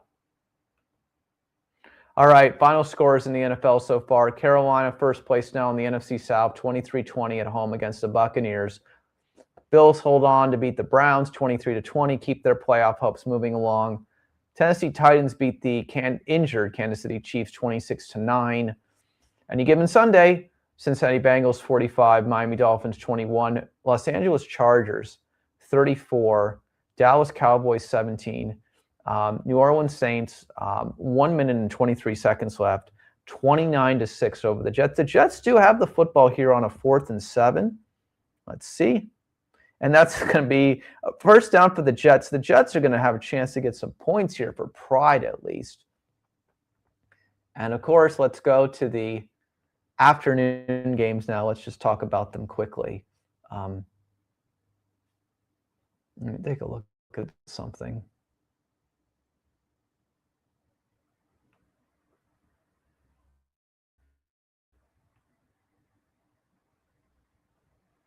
Yeah, that ain't happening, Tom. There's no way Miami's starting Tua next week. All right, ladies and gentlemen, Jaguars, Broncos, excellent game. Lions, Steelers, excellent game. Cardinals, Falcons. The diehards for both of those teams will be watching. And finally, Raiders, Texans. The Las Vegas faithful will be watching that. The Las Vegas faithful will be watching that for that one. So see if the Jets can get some points here before this one's over. Ooh, Bad hit on the play by a defender there. Jets have no timeouts remaining. Cook on the field wants another play here. This is diehard NFL stuff right here. Final play of the game for the Jets. Let's see if we get a Hail Mary pass to the end zone. We are going to get one close to the end zone. Incomplete. Final score. The New Orleans Saints get their 5th victory of the NFL season, 29-6 over the New York Jets. Yeah. Let's put that in the chat.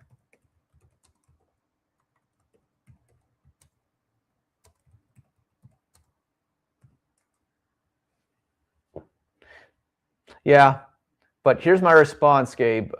Tampa Bay is so bad right now.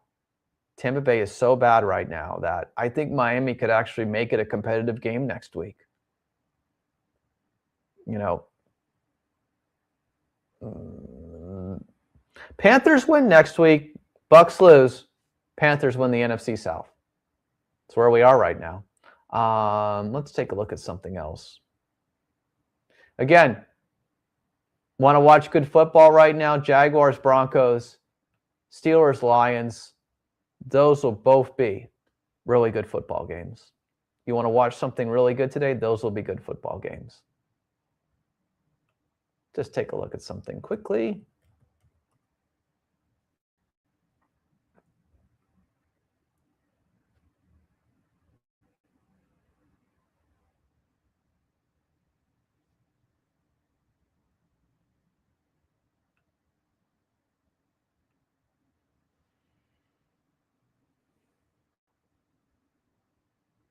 Take a look at something quickly here. And thank you all for being here today, whether you're watching again in the live or the recorded Week 16 NFL Live reaction. Well, I mean, I guess I don't know if you consider Carolina upsetting Tampa Bay. I mean, Tampa Bay, again, historically has been the NFC South winner, right? I don't know if you consider that an upset or not. Let's take a look at something quickly. Just want to see something here.